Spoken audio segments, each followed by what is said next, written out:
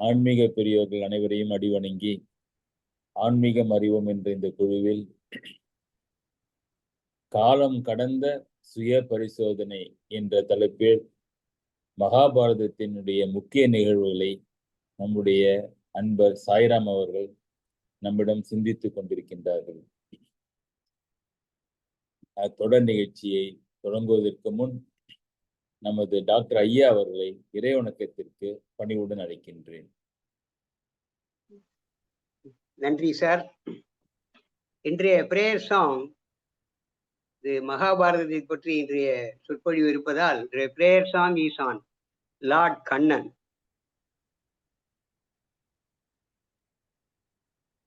கண்ணனை பாடு மனமே நல் மனமே, கண்ணனை பாடு மனமே, மணிவண்ணனை பாடு அனுதினமே, கண்ணனை பாடு மனமே, மணிவண்ணனை பாடு அனுதினமே, கண்ணனை பாடு மனமே, மண்ணினை உண்ட பாலகனை, மண்ணினை உண்ட பாலகனை, மண்ணினை உண்ட பாலகனை, விண்ணிறம் கொண்ட கோபாலனை, விண்ணிறம் கொண்ட கோபாலனை, கண்ணனை பாடு மனமே, மணிவண்ணனை பாடு அனுதினமே, கண்ணனை பாடு மனமே, பண்ணினை குழலில் இசைத்தவனை, பண்ணினை குழலில் இசைத்தவனை, வெண்ணையை திருடி புசித்தவனை, பண்ணினை குழலில் இசைத்தவனை, வெண்ணையை திருடி புசித்தவனை, பாண்டவர் நிழலாய் இருந்தவனை, பாண்டவர் நிழலாய் இருந்தவனை, பாங்குடன் கீதையை கொடுத்தவனை, பாண்டவர் நிழலாய் இருந்தவனை, பாங்குடன் கீதையை கொடுத்தவனை, கண்ணனை பாடு மனமே, மணிவண்ணனை பாடு அனுதினமே, கண்ணனை பாடு மனமே நல் மனமே, கண்ணனை பாடு மனமே. நன்றி சார். நன்றி நன்றி. Now over to Mrs. Sairam.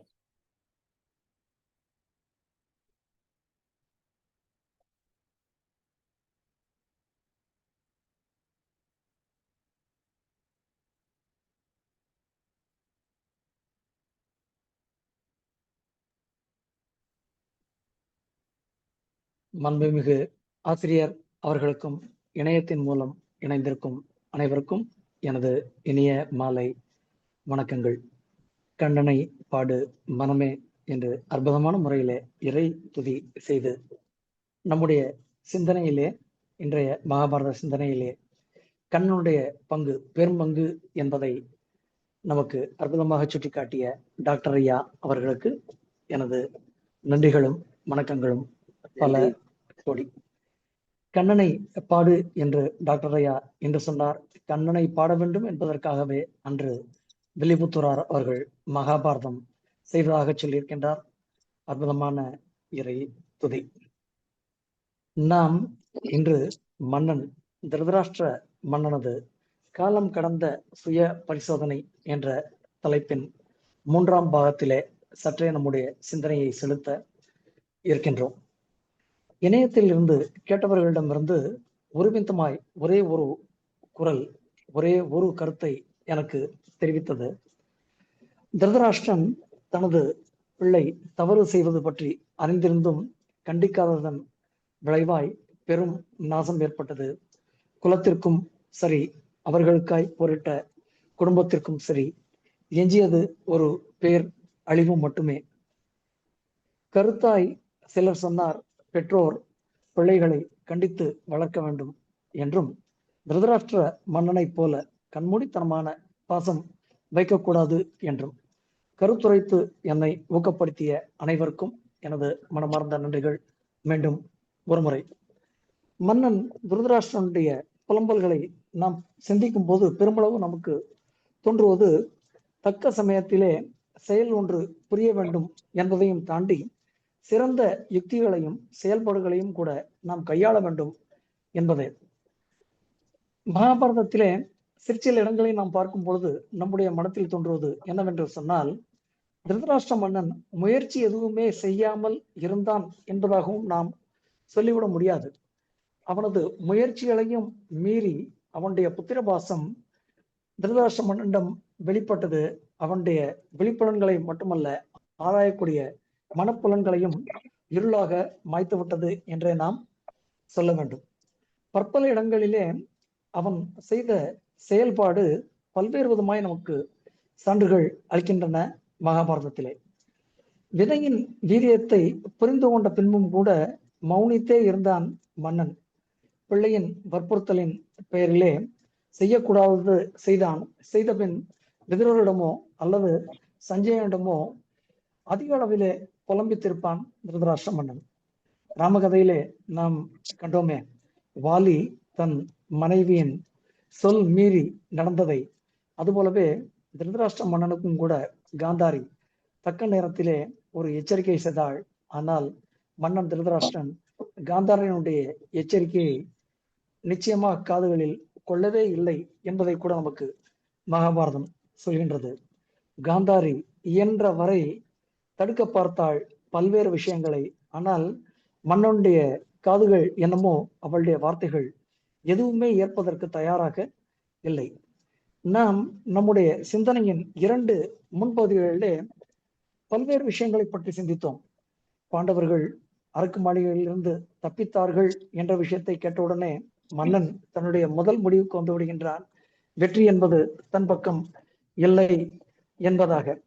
அடுத்ததாக அர்ஜுனன் லட்சியத்தை அடித்து பாஞ்சாலியை கரம் பிடித்தான் என்று எப்பொழுது கேள்விப்பட்டானோ அப்பொழுதே அவனுக்கு தெரிந்து போயிற்று வெற்றி என்பது அவன் பக்கம் இல்லை என்று.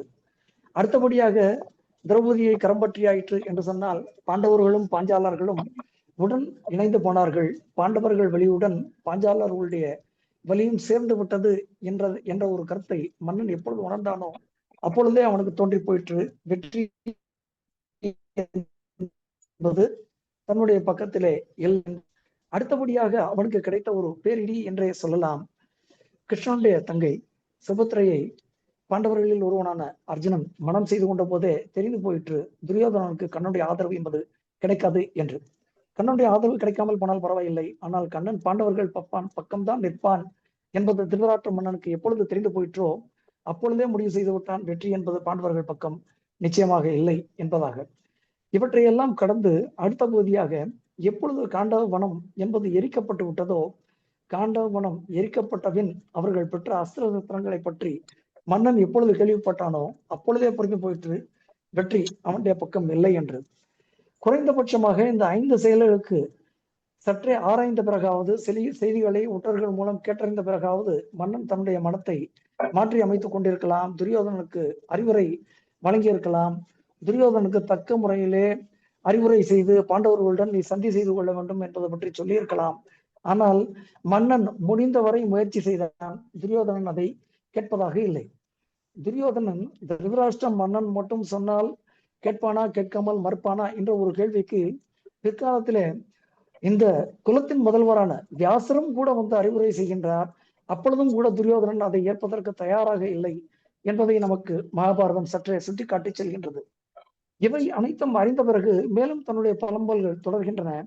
ஜராசந்தன் மிகச்சிறந்த புகழ்மிக்க மன்னன், அவனை அழிக்கவில்லை என்று சொன்னால் ராஜசூய யாகம் என்பதே இல்லை என்பது பாண்டவர்களுக்கு புரிந்தது. கண்ணனுடைய அறிவுரையின் பேரிலே ஜராசந்தன் அழிக்கப்பட்டான். ஜராசந்தன் எப்பொழுது அழிக்கப்பட்டானோ அப்பொழுதாவது மன்னன் தன்னுடைய மனத்தை மாற்றி அமைத்துக் கொண்டிருக்கலாம். அப்பொழுதும் விட்டான், அதுவும் தொலைந்து போயிற்று.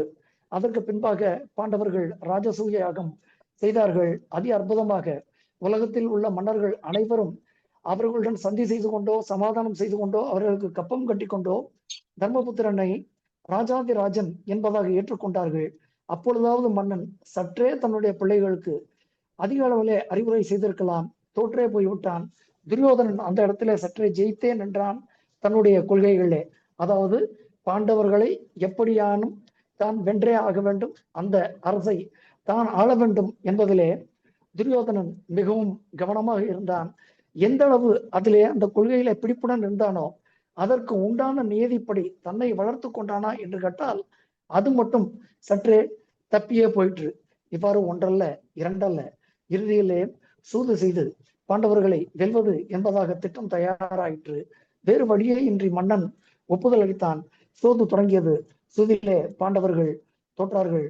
திரௌபதியானவள் எப்பொழுது ஒற்றை ஆடையிலே அவையிலே வந்தாளோ அப்பொழுதே மன்னனுக்கு புரிந்து போயிற்று, தன்னுடைய மருமக்களில் சிறந்த மருமக்களில் ஒருவர் அவர் மட்டுமே, அதாவது பாஞ்சாலி மட்டுமே என்பதை தன் வாயாலே சொல்லக்கூடிய திருதராஷ்டிர மன்னன் ஆடையானது உரியப்படும் போது அமைதி காத்திருந்தான் என்பது பெரும் வேதனைக்குரிய விஷயம். அது போயிற்று. அவள் அவமானப்படுத்தப்பட்டாள். அதன்பின் பாண்டவர்கள் அந்த சூழ்நிலையிலும் கூட ஒருவருக்கொருவர் விட்டு கொடுக்காமல் அவர்கள் அனைவரும் ஒற்றுமையுடன் இருந்தார்கள், அமைதி காத்தார்கள் என்பதை மன்னன் கேள்விப்பட்ட பொழுது அவனுக்கு புரிந்து போயிற்று, வெற்றி என்பது தன் பக்கம் இல்லை என்று. குறைந்தபட்சம் மன்னன் எதிர்பார்த்தான், தன்னுடைய பிள்ளையான துச்சாதனன் ஓரளவுக்கு நிச்சயமாக அவளை வென்று விடுவான் என்று நினைத்தான். ஆனால் துச்சாதன் எப்பொழுது ஆடை முழுவதும் களையப்பட முடியாத ஒரு தருணத்திலே மயங்கி கீழே விழுந்து போனானோ அப்பொழுதே அவனுக்கு தெரிந்து போயிற்று, ஜெயம் என்பது தன் பக்கம் நிச்சயமாக இல்லை என்பதாக. இவ்வளவு நடந்த பிறகாவது அவன் சற்றே சுதாரித்திருக்கலாம். ஆனாலும் மகாபாரதம் சொல்கின்றது,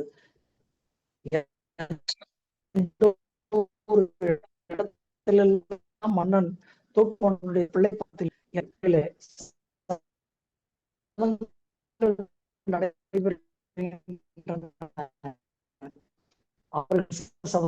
நாம் பார்க்க வேண்டும் என்றால் நம்முடைய சிந்தனையிலே நிச்சயமாக நேரம் ஒதுக்கி இப்பொழுது இருக்க முடியாது. அர்ஜுனன் கோபப்பட தர்மர் அமைதி காக்கும்படி அர்ஜுனனை வேண்டிய அந்த நேரத்தில் திருதராஷ்டிர மன்னனுடைய அக்னிஹோத்திர சாலையில நரிகள் எல்லாம் ஊளையிட்டனவாம். நரிகளுடைய அந்த ஊளை சத்தம் கேட்டு அரண்மனையின் 4 பக்கங்களிலும் இருந்த கழுதைகளும் கொடிய பட்சிகளும் நரிக்கு எதிராக சத்தமிட்டனவாம். இவை அனைத்தும் சரியான சகுனம் அல்ல, அபசகுனம் என்பதை உணர்ந்த பெருமக்கள் எல்லாம் சற்றே நடுநடுங்கி போனார்களாம். அவையிலிருந்த சிறந்த பெருமக்கள் யாரென்று கேட்டால் ஒருபுறம் பீஷ்மர், துரோணர், கிருப்பர், விதுரர் மற்றும் காந்தாரி ஆகிய அனைவருமே இந்த அமங்கல சத்தத்தை கேட்டுவிட்டு அது பலிக்காமல் போகட்டுமே என்ற ஒரு காரணத்தை முன்கொண்டு மங்களம் உண்டாகட்டும், மங்களம் உண்டாகட்டும் என்று பலமுறை உறக்கச் சொன்னார்களாம். இவை அனைத்தையும் கேட்ட பின் திருதராஷ்டிர மன்னனுக்கு சற்றே நடுக்கம் வந்தது. ஒருவேளை தன்னுடைய ராஜ்யத்தின் அழிவு இப்பொழுதே வந்து விட்டதோ என்று ஒரு தயக்கம் கூட வந்திருக்க வேண்டும். இவை அனைத்தையும் உணர்ந்த திருதராஷ்டிர மன்னன் துரியோதனனை அழைத்தான். மதிக்கெட்டவனே, உனக்கு கெட்ட காலம் வந்து விட்டதா என்று சொன்னான். இயன்றவரை துரியோதனனை அடக்கிவிட்டு அதன் பின் பாஞ்சாலியை அழைத்தான். பாஞ்சாலியை அழைத்து சொன்னான், என்னுடைய மருமக்களில் மிக்க சிறப்புடையவளே, கற்பில் சிறந்தவளே, உனக்கு நான் ஓர் வரம் தருகிறேன், உனக்கு என்ன வரம் வேண்டும் கேள் என்பதாய் மன்னன் கேட்கின்றான். மன்னன் சொல்ல பாஞ்சாலியானவள் மன்னனை வணங்கி சொல்கின்றார்கள், மன்னனே, திருதராஷ்டிர மன்னனே, என்னுடைய பர்த்தா தர்மபுத்திரர் தங்களுடைய அடிமைத்தனத்திலிருந்து விடுபட வேண்டும்.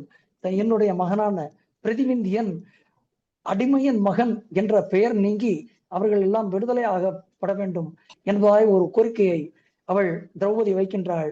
மன்னன் இவள் என்ன கேட்பாளோ என்ற ஒரு பயத்திலேயே அந்த வரத்தை கொடுப்பதற்கு தயாராக இருந்திருக்க வேண்டும். பாஞ்சாலி கேட்ட வரம் மன்னனின் மனதுக்கு சற்று ஆறுதலாகவும் இருந்திருக்க வேண்டும். மன்னன் கேட்டான், பாஞ்சாலியே, நான் மகிழ்ந்து போனேன். தர்மரை அடிமைத்தனத்திலிருந்து நான் விடுவித்தேன். உனக்கு மீண்டும் ஒரு வரம் அளிக்கின்றேன். உனக்கு என்ன வரம் வேண்டும் என்று கேட்க, திரௌபதி எஞ்சியிருந்த பாண்டவர்கள் நால்வரையும் பார்த்து மன்னன் சொன்னாள், இவர்கள் நால்வரும் கூட அடிமைத்தனத்திலிருந்து விடுவிக்கப்பட வேண்டும் மன்னனே என்று கேட்டாள். மன்னன் சரி என்று தலையசைத்தான். அவர்கள் நால்வரும் மொத்தமாக பாண்டவர்கள் ஐவருமே அடிமைத்தனத்திலிருந்து விடுவிக்கப்பட்டார்கள். மன்னனுக்கு புரிந்து போயிற்று, நாம் இப்பொழுதெல்லாம் சொல்கின்றோமே இருப்பது சேஃப் ஜோன் என்று. அந்த சேஃப் ஜோன் என்ற வட்டத்திற்குள் வந்துவிட்ட திருதராஷ்டிர மன்னன் பாஞ்சாலியை பார்த்து சொன்னான், பாஞ்சாலியே, திரௌபதியே, உனக்கு மூன்றாவதாக ஒரு வரம் தருவதற்கு என்னுடைய மனம் விளைகின்றது. உனக்கு என்ன ஒரு வரம் வேண்டுமோ அந்த வரத்தை நீ என்னிடம் கேட்டு பெற்றுக் கொள்ளலாம் என்று மன்னன் சொல்கின்றான். திரௌபதியினுடைய மிகச்சிறந்த உயர்வை கெட்டாலும் மேன்மக்களே என்று சொல்வார்களே, அந்த ஒரு பண்பாட்டை மகாபாரதம் நமக்கு எடுத்து காட்டக்கூடிய ஒரு அற்புதமான பகுதி இது. பாஞ்சாலி சென்றாள், மன்னனை தொழுதாள், வணங்கினாள். வணங்கி சொன்னாள், மன்னவனே, ஆசை அதிகமானால் அது தர்மத்தை கெடுத்துவிடும். மன்னவனே, தாங்கள் அறியாததல்ல, நான் இதற்கு மேல் ஆசைப்படக்கூடாது. ஏன் என்று கேட்டால், எந்த விதமான வரங்கள் எத்தனை முறை யார் யார் பெற வேண்டும் என்பதற்கு ஒரு நீதி ஒன்று உண்டு மன்னனே. வைஷ்யன் என்பவன் ஒரு வரம் பெறலாம், கத்திரிய பெண்கள் 2 வரங்கள் பெறலாம். கொஞ்சம் தயவு பண்ணி எல்லாரும் மியூட்ல போயிடணும், கொஞ்சம் ஃப்ளோ டிஸ்டர்ப் ஆகுது, தயவு பண்ணி ஹெல்ப் பண்ணுங்க. கத்திரிய பெண்கள் 2 வரங்கள் பெறலாம். அரசனாக மன்னனாக இருப்பவன் 3 வரங்கள் பெறலாம். அந்தணனாக இருப்பவன் 100 வரங்களும் அதுக்கு மேலும் கூட பெறலாம். மன்னவனே, இப்பொழுது என்னுடைய கணவர்கள் உங்களுடைய புத்திரனுக்கு தாசர்களாகி தங்களுடைய வரத்தின் அடிப்படையிலே அவர்கள் அனைவருமே அடிமைத்தனத்திலிருந்து விடுவிக்கப்பட்டு விட்டார்கள். இனி அவர்கள் நற்செய்கைகளும் நன்மைகளும் மட்டுமே செய்து மிகச்சிறந்த நன்மைகளை அடைவார்கள். இந்த 2 வரங்களே போதும் என்று சொல்கின்றாள். திரௌபதியின் வரம் எவ்வளவு சிறந்த வரம் என்பதை நாம் புரிந்து கொள்ள வேண்டும் என்று சொன்னால், இன்றைய காலகட்டத்திலே ஒரு சிறியதாக ஒரு கதை ஒன்று, நகைப்பிற்காக அல்ல, நம்முடைய சிந்தனைக்காக அடிக்கடி நாம் அனைவரும் கேள்விப்பட்ட ஒரு கதைதான். எளிமையிலே பசியிலே வாடி வதங்கி போன ஒரு பிச்சைக்காரன் ஒருவன் இருந்தானாம். அவன் இறைவனை வேண்டி, இறைவனை, எனக்கு நீ ஒரு வரம் வேண்டும், தர வேண்டும் என்று இறைஞ்சி கேட்டானாம். இறைவன் பார்த்தான், பிச்சைக்காரன் அதிக அளவிலே என்ன வரம் கேட்டு விடுவான் என்ற ஒரு எண்ணத்தில் வந்தானோ, அல்லது இவன் தன்னிடம் பக்தி கொண்டுள்ளான், இவனுக்கு வரம் தந்தே ஆக வேண்டும் என்ற எண்ணத்தில் வந்தானோ தெரியாது. இறைவன் வந்தான், பிச்சைக்காரன் முன் நின்றான். பிச்சைக்காரனிடம் கேட்டான், நீ ஒரு வரம் கேட்டாயே, உனக்கு நான் வரம் அளிக்க காத்து கொண்டிருக்கின்றேன், எத்தகைய வரம் உனக்கு வேண்டும் என்று கேட்டானாம். அதற்கு தற்பொழுதைய நிலவரத்திலே நம்முடைய மக்கள் எல்லாம் எப்படியெல்லாம் சிந்திக்கின்றார்கள் என்பதை எடுத்து காட்டுவதற்காக இந்த கதை. அந்த பிச்சைக்காரன் சொன்னானாம் இறைவனை பார்த்து, ஆய்மர இறைவனே, எனக்கு ஒரே ஒரு வரம் மட்டும் போதும். என்ன வரம் என்று கேட்டால், நான் என்னுடைய 16 அடுக்குகளை கொண்ட மாடி வீட்டிலே நான் திடமாக மாடிப்படிகள் வழியாக மேலே சென்று உப்பரிகையிலே என் வீட்டு பணியாளர்கள் அனைவரும் எனக்கு தங்கத்தட்டிலே அனைத்து விதமான உணவுகளும் பரிமாற, நான் இந்த உணவுகளை சுவைத்தபடியே என்னுடைய பேரன்கள் தரைதளத்தில் விளையாடுவதை கண்டு நான் ஆனந்திக்க வேண்டும், அப்படி ஒரு வரம் வேண்டும் என்று அந்த பிச்சைக்காரன் கேட்டானாம். இறைவன் சற்றே திகைத்தே போயிருப்பான். இப்பொழுதெல்லாம் இந்த திகைப்பு என்ற வார்த்தையை சொல்வதற்கு சற்று பயம் இருக்கின்றது. இறைவன் சற்று யோசித்தானாம், கொடுத்து விட்டானாம் வரத்தை. என்ன என்று கேட்டால், கேட்ட பிச்சைக்காரன் எந்த அளவுக்கு புத்திசாலியாக இருந்திருக்க வேண்டும். பேரன்கள் இருக்கும் வரை இவன் ஆயுளுடன் இருக்க வேண்டும். ஆரோக்கியத்துடன் இருந்தால் மட்டுமே 16 அடுக்குகள் கொண்ட மாளிகைக்கு அவன் ஏறி செல்ல முடியும். 16 அடுக்குகள் கொண்ட மாளிகைக்கு மேலே அவன் சென்ற பிறகு உப்பரிகையிலே தங்கத்தட்டிலே 4 வகை பதார்த்தங்களும் அறுசுவை உணவுகளும் அவனுக்கு வழங்கப்பட வேண்டும். அதை வழங்குவதற்கு வேலைக்காரிகள் இருக்க வேண்டும் என்று சொன்னால் இவன் எவ்வளவு செல்வந்தனாக இருக்க வேண்டும் என்று ஆசைப்பட்டிருக்கின்றான். இப்படியெல்லாம் ஒரு சாதாரணமாக மனிதர்கள் நினைக்க, உயர்ந்த குலத்தில் பிறந்தவள் அல்லவா திரௌபதி 2 வரங்கள் பெற்றாள். மன்னனுக்கு நீதி சொன்னாள். அவை விட்டு நீங்க எத்தனித்தாள். அவள் கேட்ட வரத்தின் பொருட்டு தர்மபுத்திரர் திருதராஷ்டிர மன்னனை சென்று வணங்கினார். மன்னனை வணங்க திருதராஷ்டிர மன்னனுடைய அந்த ரியல் கலர் என்று நாம் சொல்கின்றோமே, that colour slowly comes out of Dhritarashtra. அவன் திருதராஷ்டிரனை வணங்கிய அந்த தர்மபுத்திரரை நோக்கி மெதுவாக சொல்கின்றான், தர்மபுத்திரனே, சூதில் நீ இழந்த செல்வங்கள் அனைத்தையும் நீ பெற்றுக்கொள்ள கடவாய். உன்னுடைய செல்வங்கள் அனைத்தும் உனக்கு கொடுக்கப்படும். நீ உன்னுடைய நகரான இந்திரபிரஸ்தத்திற்கு சென்று நீ சுகமான முறையிலே ராஜ்யத்தை ஆளலாம் என்று அனுமதி கொடுத்து விட்டு மெதுவாக சொன்னான், பாண்டவர்களுடைய பராக்கிரமம் ஒவ்வொன்றையும் நான் அறிவேன் யுதிஷ்டனே என்று சொல்கின்றான். உதாரணமாக சொல்ல வேண்டும் என்றால், சகாதேவனுடைய பலமாயிற்று, நகுலுடைய பலமாயிற்று, அர்ஜுனுடைய பலமாயிற்று, பீமனுடைய பலமாயிற்று, இவை அனைத்தையுமே மிகச்சிறப்பாக மகாபாரதம் எடுத்து சொல்கின்றது. அத்தனை பேருடைய பலத்தையும் தர்மபுத்திரனிடம் எடுத்து சொல்லிய அந்த திருதராஷ்டிர மன்னன் இறுதியாக ஒன்றை மட்டும் சொல்கின்றான், யுதிஷ்டனே, நீ துரியோதனிடத்தில் மட்டும் சற்றே சிநேகம் கொள்ள வேண்டும் என்ற ஒன்றை மட்டும் சொல்கின்றான். அத்துடன் நிறுத்தியிருந்தால் ஒருவேளை தர்மபுத்திரன் அதை காதுகளிலே வாங்கி விட்டிருப்பானோ அல்லது கொண்டிருப்பானோ மனத்திலே நமக்கு தெரியாது. அதற்கு அடுத்தபடியாக திருதராஷ்டிர மன்னனிடமிருந்து வந்த அந்த ஆணை அல்லது அறிவுரை என்ன சொன்னான், தர்மனே, உன்னுடைய மனம் எப்பொழுதும் தர்மத்திலே மட்டுமே நிலை பெற்று இருக்க வேண்டும் என்பதாய் ஒரு அறிவுரையை ஆணையாக சொல்கின்றான். அனைத்தையும் கேட்டுக்கொண்ட திருதராஷ்டிரனுடைய ஆணையை பெற்றுக்கொண்ட அந்த தர்மபுத்திரன் மெதுவாக இந்திரபிரஸ்தத்தை நோக்கி நகர தொடங்கக்கூடிய அந்த வேளையிலே திருதராஷ்டிர மன்னன் தன்னுடைய அவையில் இருந்த மற்றவர்களை பார்த்து மெதுவாக தன்னுடைய எண்ணத்தை சொல்கின்றான். தெரிந்தேதான் நான் சூதாட்டத்தை தடுக்காமல் இருந்தேன் என்று சொல்கின்றான்.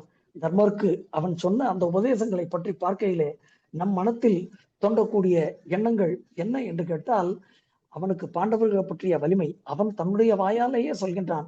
அவர்களுடைய வலிமையை பார்த்தும் தன்னுடைய பிள்ளைகள் நடந்து கொண்ட அராஜகத்தையும் பார்த்து தன் மனதிலே சற்றே பயம் கொண்டு விட்டான். ஒருவேளை இப்பொழுதே தன்னுடைய குலம் அழிந்தே போய்விடுமோ என்ற ஒரு பயத்திலே தர்மபுத்திரனுக்கு நீ தர்மத்துடன் நடக்க வேண்டும் என்ற ஒரு ஆணையையும், துரியோதனுடன் சற்றே நட்புடன் நடக்க வேண்டும் என்ற ஒரு அன்பான உத்தரவையும் வழங்கி மன்னன் அவர்களுக்கு விடை கொடுத்தான். அவர்கள் அந்த புறம் விடை பெற்று சொல்ல, துரியோதனுடைய மனம் என்னவோ சற்றே வேறான பாதையிலே சென்றது. அவன் தன்னுடைய கோரிக்கைகள் அனைத்தையும் மன்னன் முன்னே வைக்க தொடங்கினான். பிள்ளைகளின் பேச்சை கட்ட திருதராஷ்டிர மன்னன் பிள்ளையின் பாசத்தில் தோற்றே போனான். பாண்டவர்கள் இந்திரபிரஸ்தம் செல்ல தலைப்பட்டார்கள். அவர்கள் அங்கிருந்து கிளம்பிய அந்த பொழுதிலே துரியோதன் தன்னுடைய தந்தையை சந்தித்தான். தந்தையை சந்தித்து சொன்னான், அர்ஜுனனுடைய பராக்கிரமம் என்னவென்று உங்களுக்கு தெரியுமா தந்தையே என்று கேட்கின்றான். அர்ஜுனனுடைய பலம் எத்தகைய பலம் என்பதை திருதராஷ்டிர மன்னன் முன்பே அறிந்திருந்தாலும் கூட அர்ஜுனுடைய பலத்தை பட்டு மீண்டும் எடுத்துரைக்கின்றான். இந்த அர்ஜுனனை வெல்வது என்பது மகாரதர்களாக தன்னுடைய பக்கத்தில் இருக்கக்கூடிய பீஷ்மராலும் முடியாது, ஜெயத்ரதனாலும் முடியாது, துரோணனாலும் முடியாது, கர்ணனாலும் முடியாது, அஸ்வத்தாமனாகட்டும், கிருபராகட்டும், ரிஷிசேஷனாகட்டும், விகர்ணனாகட்டும், பாகலியனாகட்டும், சோமதத்தனோ அல்லது பூரியோ பூரிஸ்ரவசோ யாரா இருந்தாலும் சரி, ஏன் இவை அனைத்தும் சகுனி நினைத்தால் கூட அவனை வெல்ல முடியாது. சகுனுடைய பிள்ளை நினைத்தாலும் கூட அர்ஜுனனை எதிர்த்து நிற்பது என்பது இயலாத காரியம். தந்தையே, பாண்டவர்களை நேர் வழியாக வெல்வது என்பது நிச்சயமாக நம்மால் முடியவே முடியாது என்று சொல்கின்றான். அதற்கு மேல் அவன் சொல்லக்கூடிய அந்த ஒரு விஷயம் நம்ம எல்லாம் மிகவும் ஆச்சரியத்துக்கு உட்படுத்துகின்றது. மன அளவிலே எந்த அளவு அவன் அர்ஜுனனை நினைத்து பாதிக்கப்பட்டிருக்கின்றான் என்பதை நாம் சிந்திக்க வேண்டும் என்று சொன்னால், நமது ஆசிரியர் இதற்கு முன்பு நம்மிடம் ராமாயணம் பற்றிய சிந்தனையின் போது அதி அற்புதமாக சொன்னார் அல்லவா. அங்கதன் ராமனுடைய அவைக்கு தூதனாக செல்கின்றான். நீ யார் என்று கேட்க அங்கதன் மெதுவாக சொல்கின்றான் தான் யாருடைய பிள்ளை என்று. அந்த பெயரை கேட்ட உடனே ராமணேஸ்வரனுக்கு சற்றே நடுக்கம் வந்து விடுகின்றது. ராமணேஸ்வரனுக்கு பிடிக்காத இரண்டு பெயர்கள், பிடிக்காத அல்ல, ராமணேஸ்வரனுக்கு பயத்தை கொடுக்கக்கூடிய இரண்டு பெயர்கள், ஒன்று கார்த்தவீர்யார்ஜுனன், மற்றொன்று வாலி. அவனுடைய நடுக்கத்தை புரிந்து கொண்ட அந்த அங்கதன் ராமணேஸ்வரனை பார்த்து மெதுவாக சொன்னானான், வாலியும் போயாயிற்று, வாலியின் வாலும் போயாயிற்று, வாலி இனிமேல் மீண்டு வரவே மாட்டான் என்பதை சொன்ன பிறகு அங்கதனுக்கும் ராமணேஸ்வரனுக்கும் உண்டான உரையாடல்கள் அது வேறு கதை. அது போல இந்த அர்ஜுனனானவன் இந்த துரியோதனனானவன் அர்ஜுனனுடைய பெயரை கேட்டாலே எந்த அளவுக்கு பயம் என்று சொல்கின்றான். தந்தையை பார்த்து சொல்கின்றான், தந்தையே, இந்த அர்ஜுனன் யாருக்கு ஒப்பானவன் தெரியுமா? கார்த்த வீரியார்ஜுனனுக்கும் பரசுராமனுக்கும் ஒப்பான வீரம் படைத்தவன் இந்த அர்ஜுனன். எனக்கு ஏனோ தந்தையே, என்ற பெயரிலே தொடங்கக்கூடிய எந்த ஒரு சொல்லுமே எனக்கு பயத்தை உண்டாக்குகின்றது. உதாரணத்திற்கு சொல்ல வேண்டும் என்று சொன்னால், அஸ்வம் என்று சொன்னால் என்பது முதலில் இருக்கின்றது. எனக்கு அப்பத்தை கண்டால் பயம் வருகின்றது. அக்ஷரம் ஒரு எழுத்து, அதில் முதலாக இருக்கின்றது. அந்த ஆவை கேட்டால் எனக்கு பயம் வருகின்றது. அம்புஜம் என்று சொன்னால் ஆவில் தொடங்குகின்றது. எனக்கு அதை பார்த்தால் பயம். அதனால் தந்தையே, எனக்கு அர்ஜுனனை தவிர வேறு எவரிடத்திலும் கூட எனக்கு பயம் என்பது சற்றே இல்லை. அர்ஜுனன் அவனுடைய பலத்தை பற்றி நான் சற்றே சிந்திக்க முற்படுவேனே, ஆனால் என்னுடைய தூக்கத்திற்கு முன்பாக எனக்கு தோன்றுவதெல்லாம் அவனால் நிச்சயமாக பிரகலாதனையும் பலி சக்கரவர்த்தியையும் கூட வெல்ல முடியும் என்ற ஒரு ஆற்றல் மட்டுமே எனக்கு தோன்றுகின்றது. மன்னனே, எவ்வாறு மாரீச்சனுக்கு ராமனை கண்டால் பயம் என்ற ஒன்று வருகின்றதோ அதுபோல எனக்கு அர்ஜுனனுடைய நினைப்பே பயத்தை உண்டாக்குகின்றது. ஆகவே ஏதேனும் ஒரு வகையிலே நிச்சயமாக நாம் அவர்களை வென்றே ஆக வேண்டும் என்று தந்தையிடம் முறையிட திருதராஷ்டிரன் அனைத்தும் கேட்டான். பிள்ளைக்கு இயன்ற அளவு நல்ல உபதேசம் செய்தான். ஆனால் துரியோதனோ மிக பிடிவாதமாக இருந்தான். அவன் தந்தையை சற்றே சமாதானமாக பேசுவதற்கு முயற்சி செய்து அடுத்த அஸ்திரத்தை தொடுத்தான். தந்தையே, இந்த முறை நிச்சயமாக நீங்கள் அவர்களை சூதிற்கு அழைக்க வேண்டும். இந்த முறை சூதிற்கு பணயம் என்பது நிச்சயமாக செல்வமோ பொருளோ திரௌபதியோ அவர்களுடைய ராஜ்யத்தின் அடியாட்களோ பணியாட்களோ அல்ல. இந்த முறை பணயம் என்பது சாதாரண ஒரு பணயம். 12 ஆண்டு காலங்கள் வனவாசங்கள், 1 ஆண்டு காலம் அஞ்ஞாதவாசம். இந்த இரண்டுமே அவர்களுக்கு மட்டுமல்ல தந்தையே, எங்களுக்கும் இது பொது. ஒருவேளை நாங்கள் தோன்றுவிட்டால் நாங்கள் கானகம் செல்வதற்கு தயாராக இருக்கின்றோம். ஒருவேளை பாண்டவர்கள் தோன்றுவிட்டால் அவர்கள் கானகம் செல்லட்டுமே என்று கேட்டான். திருதராஷ்டிர மன்னனுக்கு சற்றே மனம் மாறத் தொடங்கியது. ஏன் என்று கேட்டால், இவ்வாறெல்லாம் நடந்து கொண்டிருந்த அந்த வேளையிலே இந்த திருதராஷ்டிர மன்னனுக்கு எத்தனை வயது இருந்திருக்கலாம் என்பதை நாம் சற்றே ஆராய்வோம். இதற்கு முன்பே நாம் கண்டோம், 12 ஆண்டு காலங்கள் வனவாசமும் 1 ஆண்டு காலம் அஞ்ஞாதவாசமும் செய்து முடித்த பொழுது பாண்டவர்களுடைய தரப்பிலே தர்மபுத்திர ராமனவர் போருக்கு தயாரான காலத்திலே அவருக்கு வயது சுமார் 72 என்று சொன்னால், இந்த சூது செய்த காலத்திலே இவர்களுக்கெல்லாம் வயது 60 இருந்திருக்கலாம். இவர்களுக்கெல்லாம் வயது 60 இருந்திருக்கலாம் என்று சொன்னால், இந்த திருதராஷ்டிர மன்னனுக்கு 80 வயது இருந்திருக்கலாம். அவன் என்ன நினைத்திருப்பான்? ஒருவேளை தன்னுடைய பிள்ளைகள் சற்றே வெற்றி பெற்று விட்டால் 12 ஆண்டு காலங்கள், தன்னுடைய 80வது வயதிற்கு பின்பு 12 ஆண்டு காலங்கள் வனவாசங்கள் அவர்கள் சென்று அஞ்ஞாதவாசம் 1 வயது காலம் என்று சொன்னால் 93 வயது வரை தன்னுடைய பிள்ளைகள் நலமான முறையிலே ஆட்சியை ஆளட்டுமே என்று நினைத்தானோ, அல்லது அதற்கு பின்பு ஒருவேளை அவர்கள் தோற்று போய் திரும்பி வந்தால் மீண்டும் ஒரு 13 ஆண்டு காலங்கள் தன்னுடைய பிள்ளைகள் வாழலாமோ என்று நினைத்தானோ தெரியாது.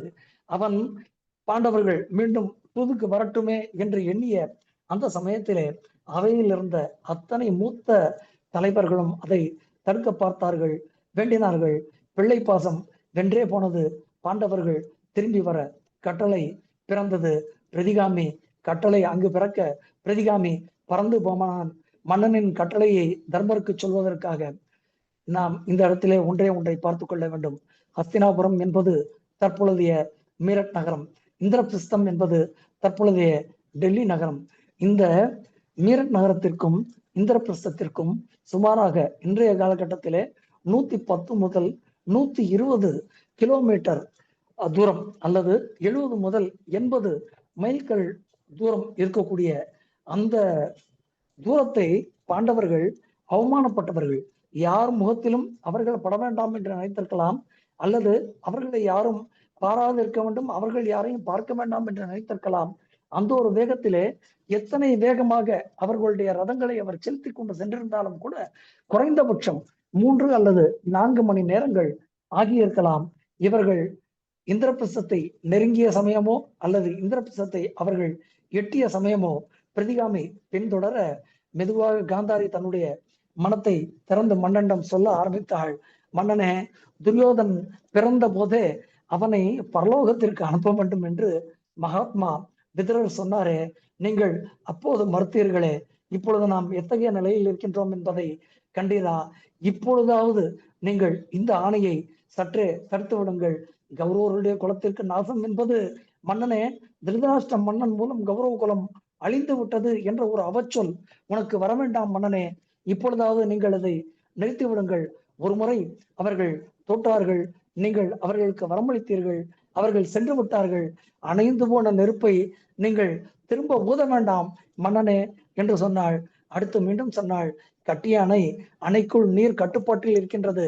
இந்த நேரத்திலே நீங்கள் அணையை உடைத்து பாண்டவர்களுடைய கோபத்தை வரவழைக்காதீர்கள் மன்னவனே. எப்பொழுதாவது நீங்கள் பிரதிகாமியை திருப்பி அழைத்து துரியோதனிடம் சொல்லி சமாதானம் செய்ய சொல்லுங்கள் என்று கண்ணீர் வடிக்கின்றாள். நாம் புதுக்கவிதையிலே கண்டோமே, கண்ணீர் மண்ணை சேற்றாக்கியது என்று. அதுபோல நிச்சயமாக காந்தாரி புலம்பித்தான் தீர்த்திருப்பாள். ஆனால் மன்னன் தன்னுடைய முடிவிலே தீர்மானமாக இருந்தான். மெதுவாக மன்னன் சொன்னான், இதிலே எனக்கு எந்த விதமான மாறுபட்ட கருத்தும் இல்லை காந்தாரியே என்று சொல்ல, காந்தாரி மீண்டும் சொல்கின்றாள், தர்ம மார்க்கத்திலிருந்து விலக வேண்டாம் மன்னனே. தர்ம மார்க்கத்திலே இருந்து மீண்டு நீங்கள் வழி மாறி அதர்மமான முறையிலே நீங்கள் செல்வங்களை பெற்றால் அந்த செல்வமானது சீக்கிரம் அழிந்துவிடும். நியாயமான முறையிலே நாம் செய்யக்கூடிய சம்பாத்தியம் எல்லாம் நிலையாக இருக்கும். பாண்டவர்கள் மிகவும் சிறந்தவர்கள் மன்னனே, உங்களுடைய உத்தரவை சற்றே மாற்றி அமைத்துக் கொள்ளும் என்று காந்தாரி இயன்றவரை மன்னனிடம் போராடி போனாள். ஆனால் திருதராஷ்டிரனுடைய பதிலோ வெகு விசித்திரமாக வந்தது. திருதராஷ்டிர மன்னன் மெதுவாக சொன்னான் காந்தாரியை பார்த்து, தர்மம் தெரிந்தவளே என்று அவளை அழைக்கின்றான். தர்மம் தெரிந்தவளே, குலத்திற்கு நாசம் வந்தாலும் வரட்டும், குலம் அழிந்தே போனாலும் போகட்டும், துரியோதனன் நினைக்கிறபடியே அனைத்தும் நடக்கட்டும். அவனை நான் தடுக்க நினைக்கவில்லை. மீண்டும் பாண்டவர்களுடன் சூதாட அனுமதி நான் அளிக்கின்றேன் என்று சொன்னான்.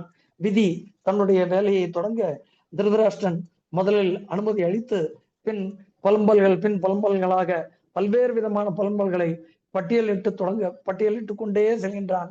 கதை நாம் அனைவரும் அறிந்த கதைதான். திருதராஷ்டிரனுடைய கட்டளையை பிரிதியாயின் மூலம் அறிந்த தர்மர் சகோதரர்களுடன் மீண்டும் அஸ்தினாபுரம் வந்து சேர்ந்தார். சபையிலே அவர் தன்னுடைய பிரவேசத்தை கண்டவுடன் அனைவரும் மகிழ்ந்தே போனார்கள். பெரியவர்களின் கட்டளையை அலட்சியம் செய்யக்கூடாது என்று தர்மபுத்திரரே அங்கு நியாயம் செய்ய தொடங்கினார். அத்துடன் அவர் நிறுத்தவில்லை. பொன்மானை, இது பொன்மான் என்று உலகத்தில் ஒருவரும் பார்த்ததே இல்லை என்று ராமனும் அறிந்துதானே இருந்தான்.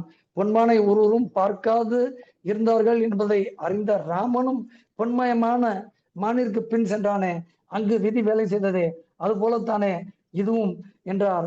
மிகவும் வெட்கப்பட்டே சொல்றார், சூதாடுவது என்பது நானாக சென்று சூதாடுவது இல்லை, ஆனால் எனக்கென்று ஒரு கொள்கை உள்ளது. என்னை சூதிற்கு யாரும் அழைத்தால் நான் நிச்சயமாக மறுக்க மாட்டேன் என்று சொன்னார். அந்த சூதுகளத்திற்கு சென்றார். சகுனி மகிழ்வுடன் அவரை வரவேற்றான். சகுனி மெதுவாக பந்தயம் சொன்னான். சகுனி சொன்ன பந்தயம் கேட்டு அவையோர்கள் அனைவரும் சற்றே திகைத்து போனார்கள். மன்னனிடம் மீண்டும் மன்றாடி கேட்டார்கள். மன்னனுடைய செவியன் காதில் ஊதிய சங்காயம் மாறி போனது. மன்னன் அமைதி காத்தான். வேறு வழியே இல்லை. சகுனி தன்னுடைய சொற்களால் தர்மரை கவர்ந்தெழுக்க தர்மர் வேறு வழியே இன்றி மெதுவாக, சகுனி உன்னுடைய பந்தயத்தை நான் ஏற்றேன், அப்படியே நடக்கட்டும் என்று சொன்னான். நிபந்தனை ஏற்கப்பட்டது. கன நேரம் சகுனி காய்களை உருட்டினான். சகுனி மெதுவாக சொன்னான், தர்மபுத்திரரே, வென்று விட்டேன் என்றான். பாண்டவர் பலவிதமாய் சபதம் செய்தனர். நாம் எல்லாம் அறிந்த கதைதான். மாந்தோல் அணிந்தார்கள், காடு செல்ல துணிந்தார்கள், குந்தியை சென்று சந்தித்தார்கள், குந்தியை வணங்கினார்கள். விதுரர் மட்டும் சற்று ஏதோ மனம் கலங்கித்தான் போயிருந்தார். பாண்டவர்களை பார்த்து சொன்னார், பாண்டவர்களே, குந்தியை காப்பாற்றுவது என்பது என்னுடைய கடமை, நான் குந்தியை காப்பாற்றுவேன் என்று சொன்னார். குந்தி கண்களில் நீர் வழிய பாண்டவர்களை பார்த்து கொண்டிருக்க வேறு வழியே இன்றி பாண்டவர்கள் அன்னையை வணங்கினார்கள். மெதுவாக காடு நோக்கி செல்ல தொடங்கினார்கள். இந்த இடத்திலே திருதராஷ்டிரன் மீண்டும் தன்னுடைய ஆலோசனையை விதுரரிடம் தொடங்கினான். பாண்டவர்கள் எப்படி போனார்கள் என்று கேட்டான். பாண்டவர்கள் போன விதத்தை விதுரர் மெதுவாக சொல்ல தொடங்கினார். எவ்வாறு சென்றார்கள் என்பது நாம் அனைவரும் மறந்ததுதான். சற்றே விரைவாக சொல்வோம். தர்மனை துரியோதனர்கள் வஞ்சனையால் ராஜ்யத்தை அபகரித்து கொண்டது மட்டுமல்ல, அவர்களை அவமானப்படுத்தியும் சென்ற ஒரு காரணத்தினாலே தர்மபுத்திரர் தன்னுடைய பார்வை என்று ஒன்று கௌரவர்கள் மேல் பட்டுவிட்டால் அவர்கள் எரிந்து சாம்பலாக போய்விடுவார்கள் என்ற ஒரு காரணத்தினாலே தர்மபுத்திரர் தன்னுடைய முகத்தை மூடிக்கொண்டு போய் கொண்டிருக்கின்றார். மன்னவனே, தர்மபுத்திரர் இவ்வாறாக செல்கின்றார் என்று சொன்னால் பீமன் தன்னுடைய மலை போன்ற புஜங்களையும் கைகளையும் காட்டிக்கொண்டு இந்த கைகளாலே நான் கௌரவர்கள் அனைவரையும் அழித்து விடுவேன் என்று சொல்லி செல்கின்றான். மன்னவனே, அர்ஜுனன் தன்னுடைய கைகளாலே மணல்களை வாரி இறைத்து இந்த மணல்கள் எப்படி வாரி இறைக்கப்படுகின்றனவோ அது போலவே நிச்சயமாக யுத்தத்திலே நான் கௌரவர்கள் மேல் சரமழையை பொழிவேன், அவர்கள் அனைவரும் அழிந்து போவார்கள் என்று சொல்லி செல்கின்றான். மிகவும் அழகுள்ள நகுலன் காடு போகக்கூடிய வேளையிலே தன்னுடைய அழகால் பெண்கள் தன்னால் கவரப்படக்கூடாது என்ற ஒரு காரணத்தால் தன்னுடைய உடம்பெல்லாம் புழுதி பூசி செல்கின்றான். அதே போலவே சகாதேவனும் தன்னை யாரும் பார்க்கக்கூடாது என்ற ஒரு காரணத்தால் முகத்திலே வர்ணம் பூசிக்கொண்டு செல்கின்றான். இவர்கள் எல்லாம் இவ்வாறு செல்ல திரௌபதி யாரால் இந்த கஷ்டம் வந்ததோ அவர்கள் இன்றிலிருந்து 14வது வருடம் கொல்லப்பட்டு மடிய அவர்களது இரத்தத்தை உடம்பெல்லாம் பூசி தலையிலிருந்து உடம்பிலெல்லாம் பூசி மூடப்பெற்று தர்ப்பணம் செய்த பின்புதான் ஹஸ்தினாபுரம் பிரவேசிக்க வேண்டும் என்பதாய் சொல்லிக் கொண்டு செல்கின்றார். தௌமியரோ தென்மேற்கு மூலையிலே தர்ப்பம் மறுத்து யமுனை குறித்து மந்திரங்கள் சொல்கின்றார். அதற்கு காரணம் போரில் கௌரவர்கள் கொல்லப்பட்ட பின் கௌரவர்களுடைய புரோகிதர்கள் சொல்ல வேண்டிய மந்திரத்தை நான் இப்பொழுதே சொல்லிக் கொண்டு செல்கின்றேன் என்பது போல இருக்கின்றது மன்னவனே என்று இவை அனைத்தும் திருதராஷ்டிர மன்னன் சொல்ல திருதராஷ்டிர மன்னனுக்கு மீண்டும் ஒரு பதற்றம் வந்தது. மீண்டும் விதுரனை அழைத்தான். விதுரனை அழைத்து கேட்டான், ஜனங்கள் எல்லாம் என்ன சொன்னார்கள் என்று கேட்க நகர ஜனங்கள் எல்லாம் கதறி அழுகின்றார்கள் மன்னவனே என்று சொல்ல திருதராஷ்டிர மன்னனுக்கு மீண்டும் பயம் வந்தது. பயம் வந்தவுடன் மீண்டும் சொன்னான், பாண்டவர்களை விதுரனே நீ சென்று மீண்டும் அழைத்து வா என்று சொன்னான். மனம் மகிழ்ந்த விதுரன் சற்றே அந்த இடத்துல தன்னுடைய தர்மத்திற்கான உரையாடலை தொடங்க மன்னனுக்கு கோபம் வந்தது. எவனாவது ஒருவன் யாரோ ஒருவருக்காக தன்னுடைய பிள்ளையை துறக்க முற்படுவானா? விதுரனே, நீ நியாயமுள்ளவன் என்று எண்ணி உன்னிடம் நான் இத்தனை தர்மங்கள் கேட்டேன். ஆனால் உன்னுடைய மனதிலும் கூட சற்றே வஞ்சனை உள்ளது என்று எனக்கு தோன்றுகின்றது. உனக்கு இந்த இடத்திலே இருக்க இஷ்டம் இல்லை என்று சொன்னால் நீ எங்கு செல்ல வேண்டுமோ நீ அங்கே சென்று கொள் என்று சொன்னான். விதுரருடைய மனம் அதிக அளவிலே புண்பட்டு போனது. யாருக்காக உன்னுடைய தேகத்தை விடு என்று எவனாவது என்னிடம் அறிவுரை சொல்வானா? விதுரனே, நீ நிச்சயமாக என் பக்கம் இல்லை என்று சொன்ன அந்த ஒரு வார்த்தை விதுரனை மிகவும் தைத்தது. வேறு வழி, விதுரன் அங்கிருந்து மெதுவாக பாண்டவர்கள் எந்த இடத்தில் இருந்தார்களோ அந்த இடத்திற்கு செல்ல முற்பட்டார். செல்வதற்கு முன்பாக மன்னனை மீண்டும் கொண்டார். கண்டு ஒரே ஒரு விஷயத்தை மட்டும் தெளிவுபடுத்தி சொன்னார். திருதராஷ்டிரனே, மன்னனே, இப்பொழுதும் சொல்கின்றேன், நீ சரியான பாதையிலே நடக்க முயற்சிக்காவிட்டால் உன்னுடைய வம்சம் அழிந்தே போகும் என்று சொன்னார். கேட்கக்கூடிய நிலையிலே மன்னன் இல்லை. பாண்டவர்கள் இருப்பிடத்திற்கு விதுரர் வந்து சேர்ந்தார். விதுரர் சென்று சேர்ந்த அந்த நேரத்திலே பாண்டவர்கள் அனைவரும் விதுரரை உபசரித்தார்கள். என்ன நடந்தது என்று கேட்டார்கள். மெதுவாக விதுரர் அங்கு நடந்த அத்தனையும் பாண்டவர்களுக்கு சொல்லிக் கொண்டிருந்த அந்த வேளையிலே விதுரன் இல்லாது தவித்தே போய்விட்டான். மன்னன் மீண்டும் சஞ்சயனை அழைத்தான். சஞ்சயனை அழைத்து சொன்னான், சஞ்சயனே, நான் இன்று வேறிடம் சற்றே கோவப்பட்டு பேசிவிட்டேன். ஒருவேளை அம்மா கொஞ்சம் தயவு பண்ணி மியூட்ல போனோம், பிளீஸ் மியூட்ல போங்கோ.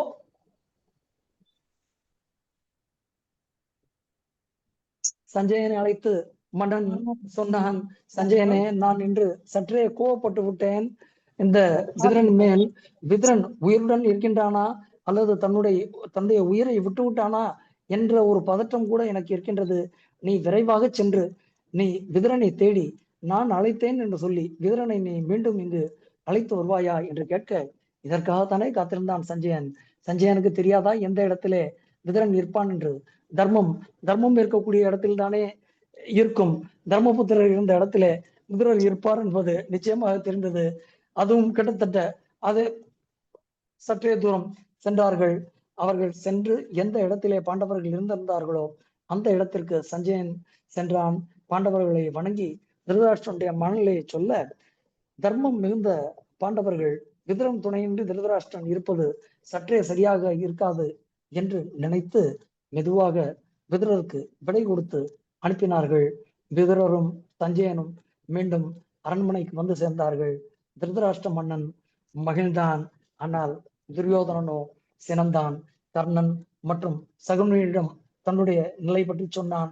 விதுரர் எப்படியாவது பேசி மன்னனுடைய மனத்தை மாற்றி விடுவார்.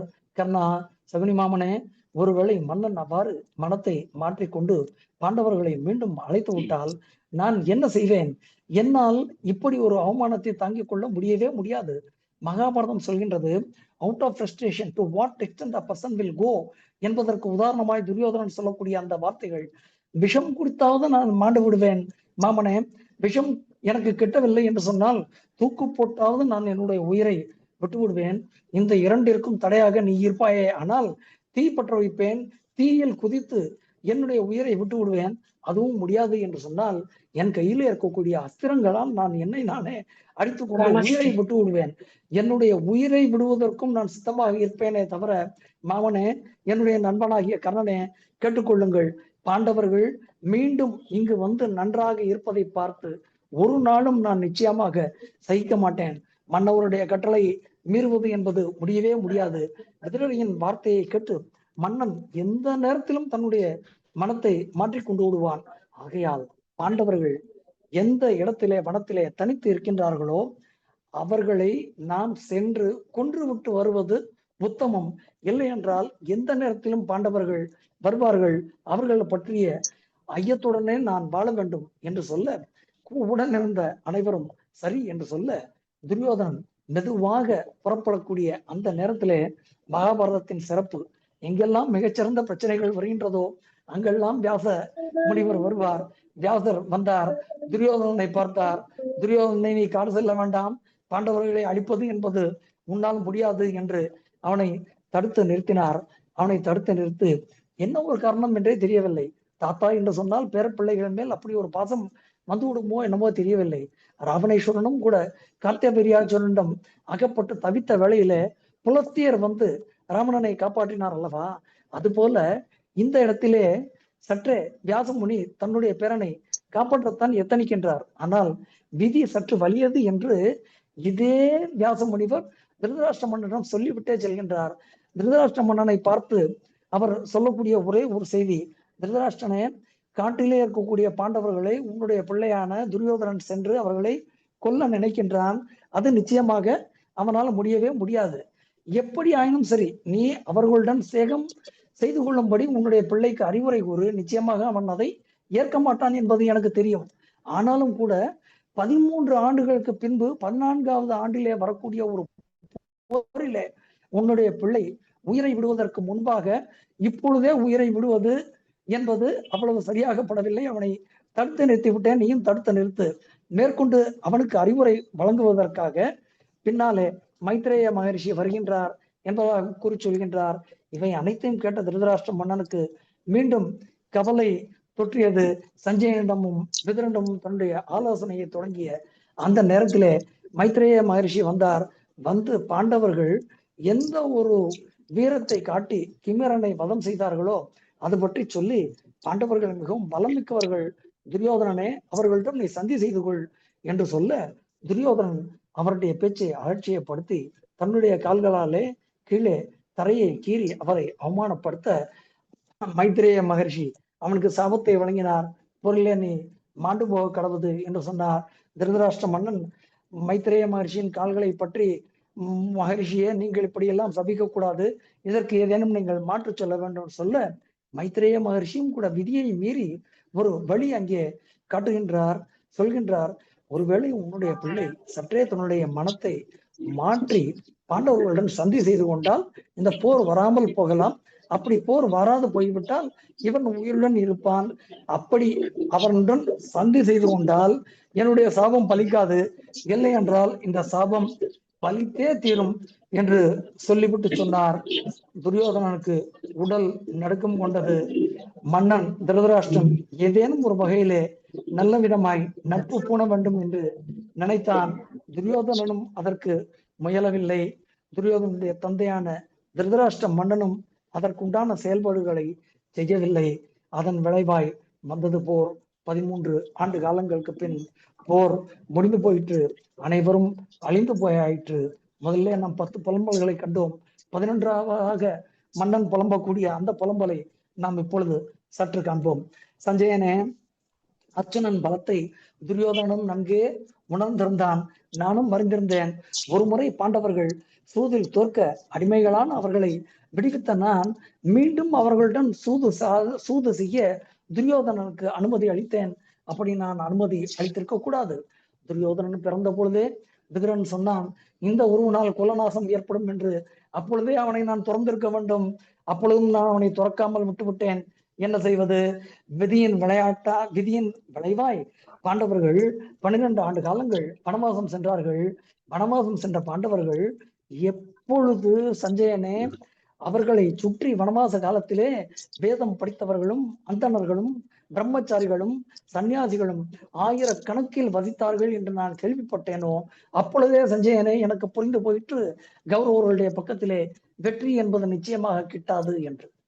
மன்னன் திருதராஷ்டிரன் புலம்பியதின் காரணம் என்ன என்று சற்று நாம் ஆழமாக சிந்தித்து பார்த்தால் அவனுடைய அந்த வேதனைக்கு உண்டான காரணம் நம் மனதிற்கு ஒன்றன் பின் ஒன்றாக புலப்படுகின்றது. பாண்டவர்கள் காடு சென்றார்கள், ஆயுதங்களை உடன் கொண்டு சென்றார்கள். வடக்கு முகமாய் புறப்பட்டு கங்கை கரையிலே பிரமாணம் என்ற பெயருள்ளே இருந்த ஒரு பெரிய ஆலமரத்தின் அடியிலே அவர்கள் சென்று இறங்கினார்கள். அவர்களுடன் ஒன்றல்ல இரண்டல்ல, அவர்களுடன் தர்மமாய் நடந்து கொண்ட 14 வேலையாட்களும் கூட மனைவி மக்களுடன் சென்று அவர்களுடன் இருந்தார்கள். ஜனங்களும் பாண்டவர்களின் புகழ் பாடி அவர்களின் பின் சென்றார்கள். பாண்டவர்களுடைய குணத்தை பற்றி மகாபாரதம் அதி அற்புதமாக சொல்கின்றது. தயை மிக்கவர்கள், இந்திர நிகிரகம் மிக்கவர்கள், பாபகாரியம் என்பதை செய்வதற்கு மிகவும் தயங்கக்கூடியவர்கள் அல்லது செய்யாதவர்கள், தர்மத்தை மட்டுமே அனுஷ்டிக்கக்கூடிய இயல்பு கொண்ட பாண்டவர்கள், பகைவர்களை எளிதிலே வெல்லக்கூடிய சக்தி பெற்ற பாண்டவர்கள், இவை அனைத்தும் கொண்ட பாண்டவர்கள் எங்கு செல்கின்றார்களோ அங்கு செல்வது உத்தமம் என்று பேசியபடியே அஸ்தினாபுரத்து மக்கள் எல்லாம் மெதுவாக பாண்டவர்களை தொடர்ந்து செல்ல தொடங்கினார்களாம். பாண்டவர்களை அணங்கி பாவியான துரியோதனனுடைய ராஜ்யத்திலே நாங்கள் இருப்பதை விட காட்டிலே வந்து உங்களுடன் வசிப்பது எங்களுக்கு மிகவும் மகிழ்ச்சி என்று மக்கள் அனைவரும் சொன்னார்களாம். அவர்கள் கூறிய அந்த ஓமானம் அற்புதமான ஒன்று.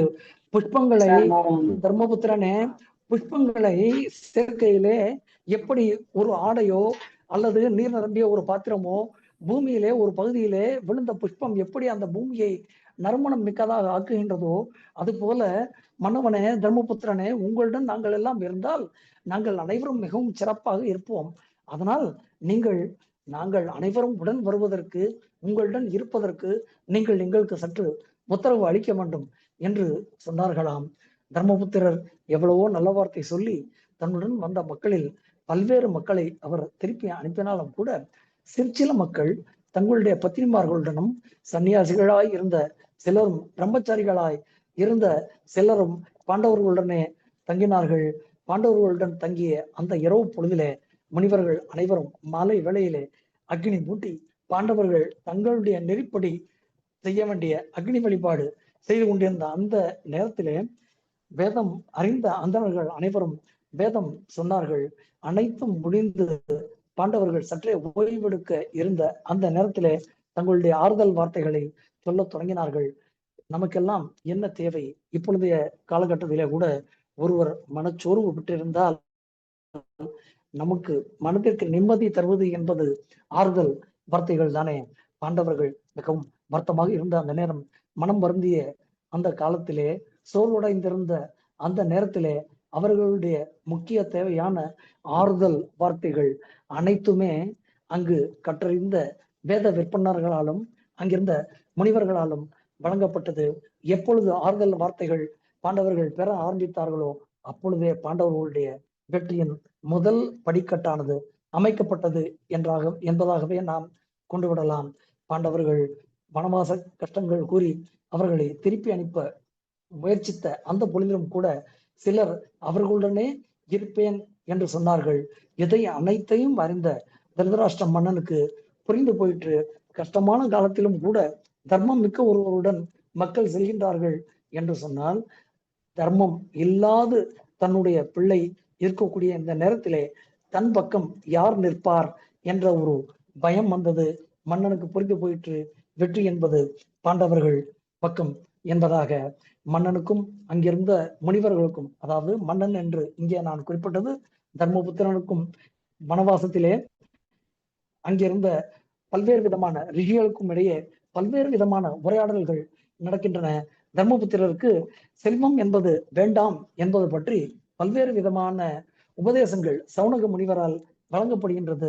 அனைத்தையும் பொறுமையுடன் கேட்டுக்கொண்டிருந்த அந்த தர்மபுத்திரர் சௌனகபுத்திரரை வணங்கி ஒன்றை மட்டும் சொல்கின்றார். முனிவரே, நாங்கள் எங்களுக்கு செல்வம் வேண்டும் என்று கேட்பது எங்களுக்காக அல்ல. எங்களை தொடர்ந்து நாங்கள் வேண்டாம் என்று சொல்லிய பிறகும் எங்களை சுற்றி வரக்கூடிய அந்தணர்கள், வேத விற்பனர்கள், பத்திரிமார்களுடன் உடன் இருக்க சில பிரம்மச்சாரிகளும் எங்களுடன் தொடர்ந்து வர கிரகத்தனாக இருக்கக்கூடிய எனக்கு என்று சிற்சில கடமைகள் இருக்கின்றன அல்லவா? அவற்றை நான் நிச்சயமாக நிறைவேற்றித்தானே ஆக வேண்டும். அதற்காக நான் சற்று செல்வம் பெற நீங்கள் எனக்கு சற்று வழி கூற வேண்டும் என்று சொல்ல சௌனக முனிவர் அவரை பார்த்து சொல்கின்றார், நீ தேவதைகளை வணங்கி உனக்கு தேவையான அனைத்தையும் நீ பெறலாம் என்று சொல்ல அற்புதமான சிற்சில கருத்துக்கள் எல்லாம் இந்த இடத்துல பகிரப்படுகின்றன. அற்புதமான முறையிலே தர்மபுத்திரர் சௌனருடைய காலில் விழுந்து வணங்கி, நான் என்னுடைய குலகுருவின் மூலமாக எந்த தேவதையை எப்படி ஆராதிக்க வேண்டுமோ அப்படி ஆராதித்து உங்களுடைய அறிவுரையின் பெயரிலே இவர்களை எல்லாம் காப்பதற்கு உண்டான அனைத்தையும் செய்வேன் என்பதாய் உறுதி கூறுகின்றார். அவர் சொல்லக்கூடிய விஷயங்கள் மிகவும் எளிமையானவை. பசித்தவனுக்கு உணவு அளிப்பது என்பது கிரகஸ்தனுடைய கடமை. தாகத்திற்கு நீர் கொடுப்பதும் கூட கிரகஸ்தனுடைய கடமை. வந்தவர்களை வரவேற்று பேசுவதும் நிற்பவர்களுக்கு ஆசனம் அளிப்பதும் கிரகஸ்தனின் கடமை அல்லவா என்று சொன்னார். பிற்காலத்திலே நாம் எல்லாம் ஆசிரியர் அற்புதமாக குரல் எடுத்தாரே, வள்ளுவரும் கூட அதைத்தானே சொன்னார். இயல்பாழ்வான் என்பான் இயல்புடைய மூவர்க்கும் நல்லாற்றின் நின்ற துணை என்பதாக. அதாவது பிரம்மச்சாரிகளுக்கு, சன்னியாசிகளுக்கு, வனப்பிரஸ்தர்களுக்கு இவர்களுக்கெல்லாம் போஷணம் ரட்சணம் செய்ய வேண்டும் என்பது கிரகத்தனுடைய கடமை அல்லவா என்று சொன்னார். சௌனக முனிவர் மகிழ்ந்தே போனார். தௌமியருக்கு சொல்ல வேண்டியவற்றை சொன்னார். தௌமியர் தர்மபுத்திரரை அழைத்தார். தர்மபுத்திரனே, இதற்கு முன்பு உன்னுடைய குலத்தில் இருந்தவர்களும் சரி, நகுஷன் என்பவனும் சரி, தர்த்த விரியார்ஜுனும் சரி, சூரிய தேவனை உச்சாரணம் செய்து சூரிய தேவனுக்காக தவம் இருந்து அவர்கள் பற்பல பலன்கள் பெற்றார்கள். அதுபோலவே நீயும் சூரிய தேவனை ஆராதனை செய்து உனக்கு தேவையான அனைத்தையும் பெற்றுக்கொள்ளலாம் என்று எவ்வாறாக சூரியனை துதிக்க வேண்டும் என்பது பற்றி சொன்னார். அனைத்தையும் கண்ட தர்மபுத்திரர் மெதுவாக தன்னுடைய தவத்தை தொடங்க ஆரம்பித்தார். கழுத்தளவு நேரில் நின்றார். கண்மூடினார். மந்திரங்களும் ஸ்தோத்திரங்களும் சொல்லி சூரியனை வேண்டினார். சூரியனின் புகழ் அனைத்தும் சொல்லி சூரியனை துதிக்க, புகழ் என்று சொன்னால் யார்தான் மயங்காதவர்கள்? சூரியன் மயங்கி போனான், மகிழ்ந்து போனான், நேரில் வந்தான். தர்மபுத்திரர் வேண்டிய அனைத்தும் உனக்கு தந்தேன் என்று சொன்னான். 12 ஆண்டு காலம் உனக்கு நான் அன்னம் தருவேன் என்று சொன்னான். தாமிரமயமாய் அற்புதமாய் ஒரு பாத்திரம் தந்தான். திரௌபதி அந்த பாத்திரம் உண்டு எவ்வளவு காலம் அன்னமிட நினைக்கின்றாளோ அவ்வளவு காலம் அதன் மூலம் அன்னம் விடலாம் என்று சொன்னான். எத்தகைய அன்னம் என்று மகாபாரதம் அதி அற்புதமாக சொல்கின்றது. வேண்டிய பழங்கள், வேண்டிய கிழங்குகள், நாம் 4 வகை உணவு சொல்கின்றோமே, நக்குவன, கடிப்பன, பருகுவன என்பதாக. அதுபோல லேகியம் கொடுப்பேன், லேகியம் கொடுக்கும், சோஷியம் கொடுக்கும், பேயம் பருகக்கூடியவற்றையும் அது கொடுக்கும். அது மட்டுமல்ல, ஆரோக்கியத்திற்கு தேவையான கீரை வகைகளும் இதிலிருந்து கிடைக்கும். தேவைப்பட்டால் மாம்சமும் இதில் கிடைக்கும் என்று சூரியன் தர்மபுத்திரருக்கு ஆசி வழங்கி அந்த பாத்திரத்தை கொடுத்து சொல்கின்றார். பிற்காலத்திலே இப்படி எல்லாம் நடக்குமா என்று கேட்டால், நம்முடைய மதத்தை சாராத ஒருவர் அற்புதமான முறையிலே கதை ஒன்று சொன்னாரே, சிலப்பதிகாரத்திலே கூட நாம் கண்டோமே. கதாநாயகனும் கோவலனுக்கும் மணிமேகலைக்கும் பிறந்த அந்த கோவலனுக்கும் மாதவிக்கும் பிறந்த மணிமேகலைக்கும் கூட அந்த அற்புதமான ஒரு அட்சய பாத்திரம் கிட்டியது. அதை கூட நாம் நினைவில் கொள்ள வேண்டிய ஒரு அற்புதமான தருணம் இது. மகாபாரதம் மீண்டும் சொல்கின்றது, அன்று மட்டுமல்ல இன்றும் கூட சூரியனுடைய 108 நாமாக்களை சூரியோதய காலத்திலே மனத்தை அடக்கி படிக்கின்றவனுக்கு புத்திரன், ஸ்ரீ, தனம், அளவற்ற செல்வம் ஆகிய அனைத்தும் கிடைக்கும் என இப்பொழுது நமக்கு புரிந்து போயிட்டு அல்லவா? பாண்டவர்களுடன் அந்தணர்களும் முனிவர்களும் வேதம் படித்தவர்களும் அவர்கள் வசித்ததற்கும் திருதராஷ்டிரன் தன் பக்கம் ஜெயம் இல்லை என்று புலம்பியதற்கும் உண்டான காரணம் மன்னன் எண்ணியிருப்பான். வனவாச காலத்திலே பாண்டவர்கள் பழங்கள் கிழங்குகள் உண்டு கவனிப்பாரின்றி களைத்து போயிருப்பார்கள். ஆசை என்பது அனைத்தும் தொலைத்து சன்னியாசியாய் மாறி போயிருப்பார்கள். ஒருவேளை மாண்டே கூட போனாலும் போவார்கள், திரும்பி வரமாட்டார்கள் என்று மன்னன் எண்ணியிருக்கலாம்.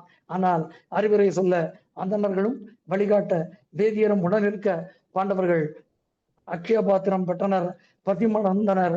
உடன் ஆயிரக்கணக்கான மக்கள் உடன் இருக்க அவர்கள் தங்களை ராஜாக்கள் போலவே உணர்ந்தார்கள். பதி போன பின் போற்றவும் பின்தொடரவும் திருதராஷ்டிர மன்னன் நகர மக்கள் இருக்க பாண்டவர்கள் வெற்றி பற்றி மன்னன் புரிந்து கொண்டதில் ஐயம் என்பது நமக்கு நிச்சயமாக இல்லை. நாம் இதில் வியப்பதற்கு ஏதும் இல்லை.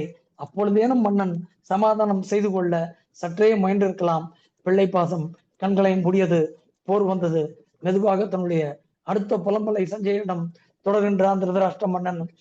எந்த அளவு பாண்டவர்களுடைய செயல்பாட்டை திருதராஷ்டிர மன்னன் அறிந்திருக்கின்றான் என்பது நாட்டை ஆள்பவன் எந்த அளவு எதிரியை கண்காணிக்க வேண்டும், எப்படியெல்லாம் எதிரியை கண்காணிக்க வேண்டும் என்பதையெல்லாம் கூட நாம் சிந்திக்க வேண்டும் என்பதற்கு மகாபாரதம் நமக்கு வழிகாட்டுகின்றது. மெதுவாக சஞ்சயனை பார்த்து சொல்கின்றான் மன்னன். சஞ்சயனே, வேட ரூபத்திலே வந்த பரமேஸ்வரிடம் அர்ஜுனன் போர் செய்து அவரை மகிழ்வித்து எப்போது பாசுபதாஸ்திரம் பெற்றானோ அப்போதே நான் புரிந்து கொண்டேன், நம்முடைய பக்கத்திலே ஜெயம் என்பது நிச்சயமாக இல்லை என்பதாக சொல்கின்றான்.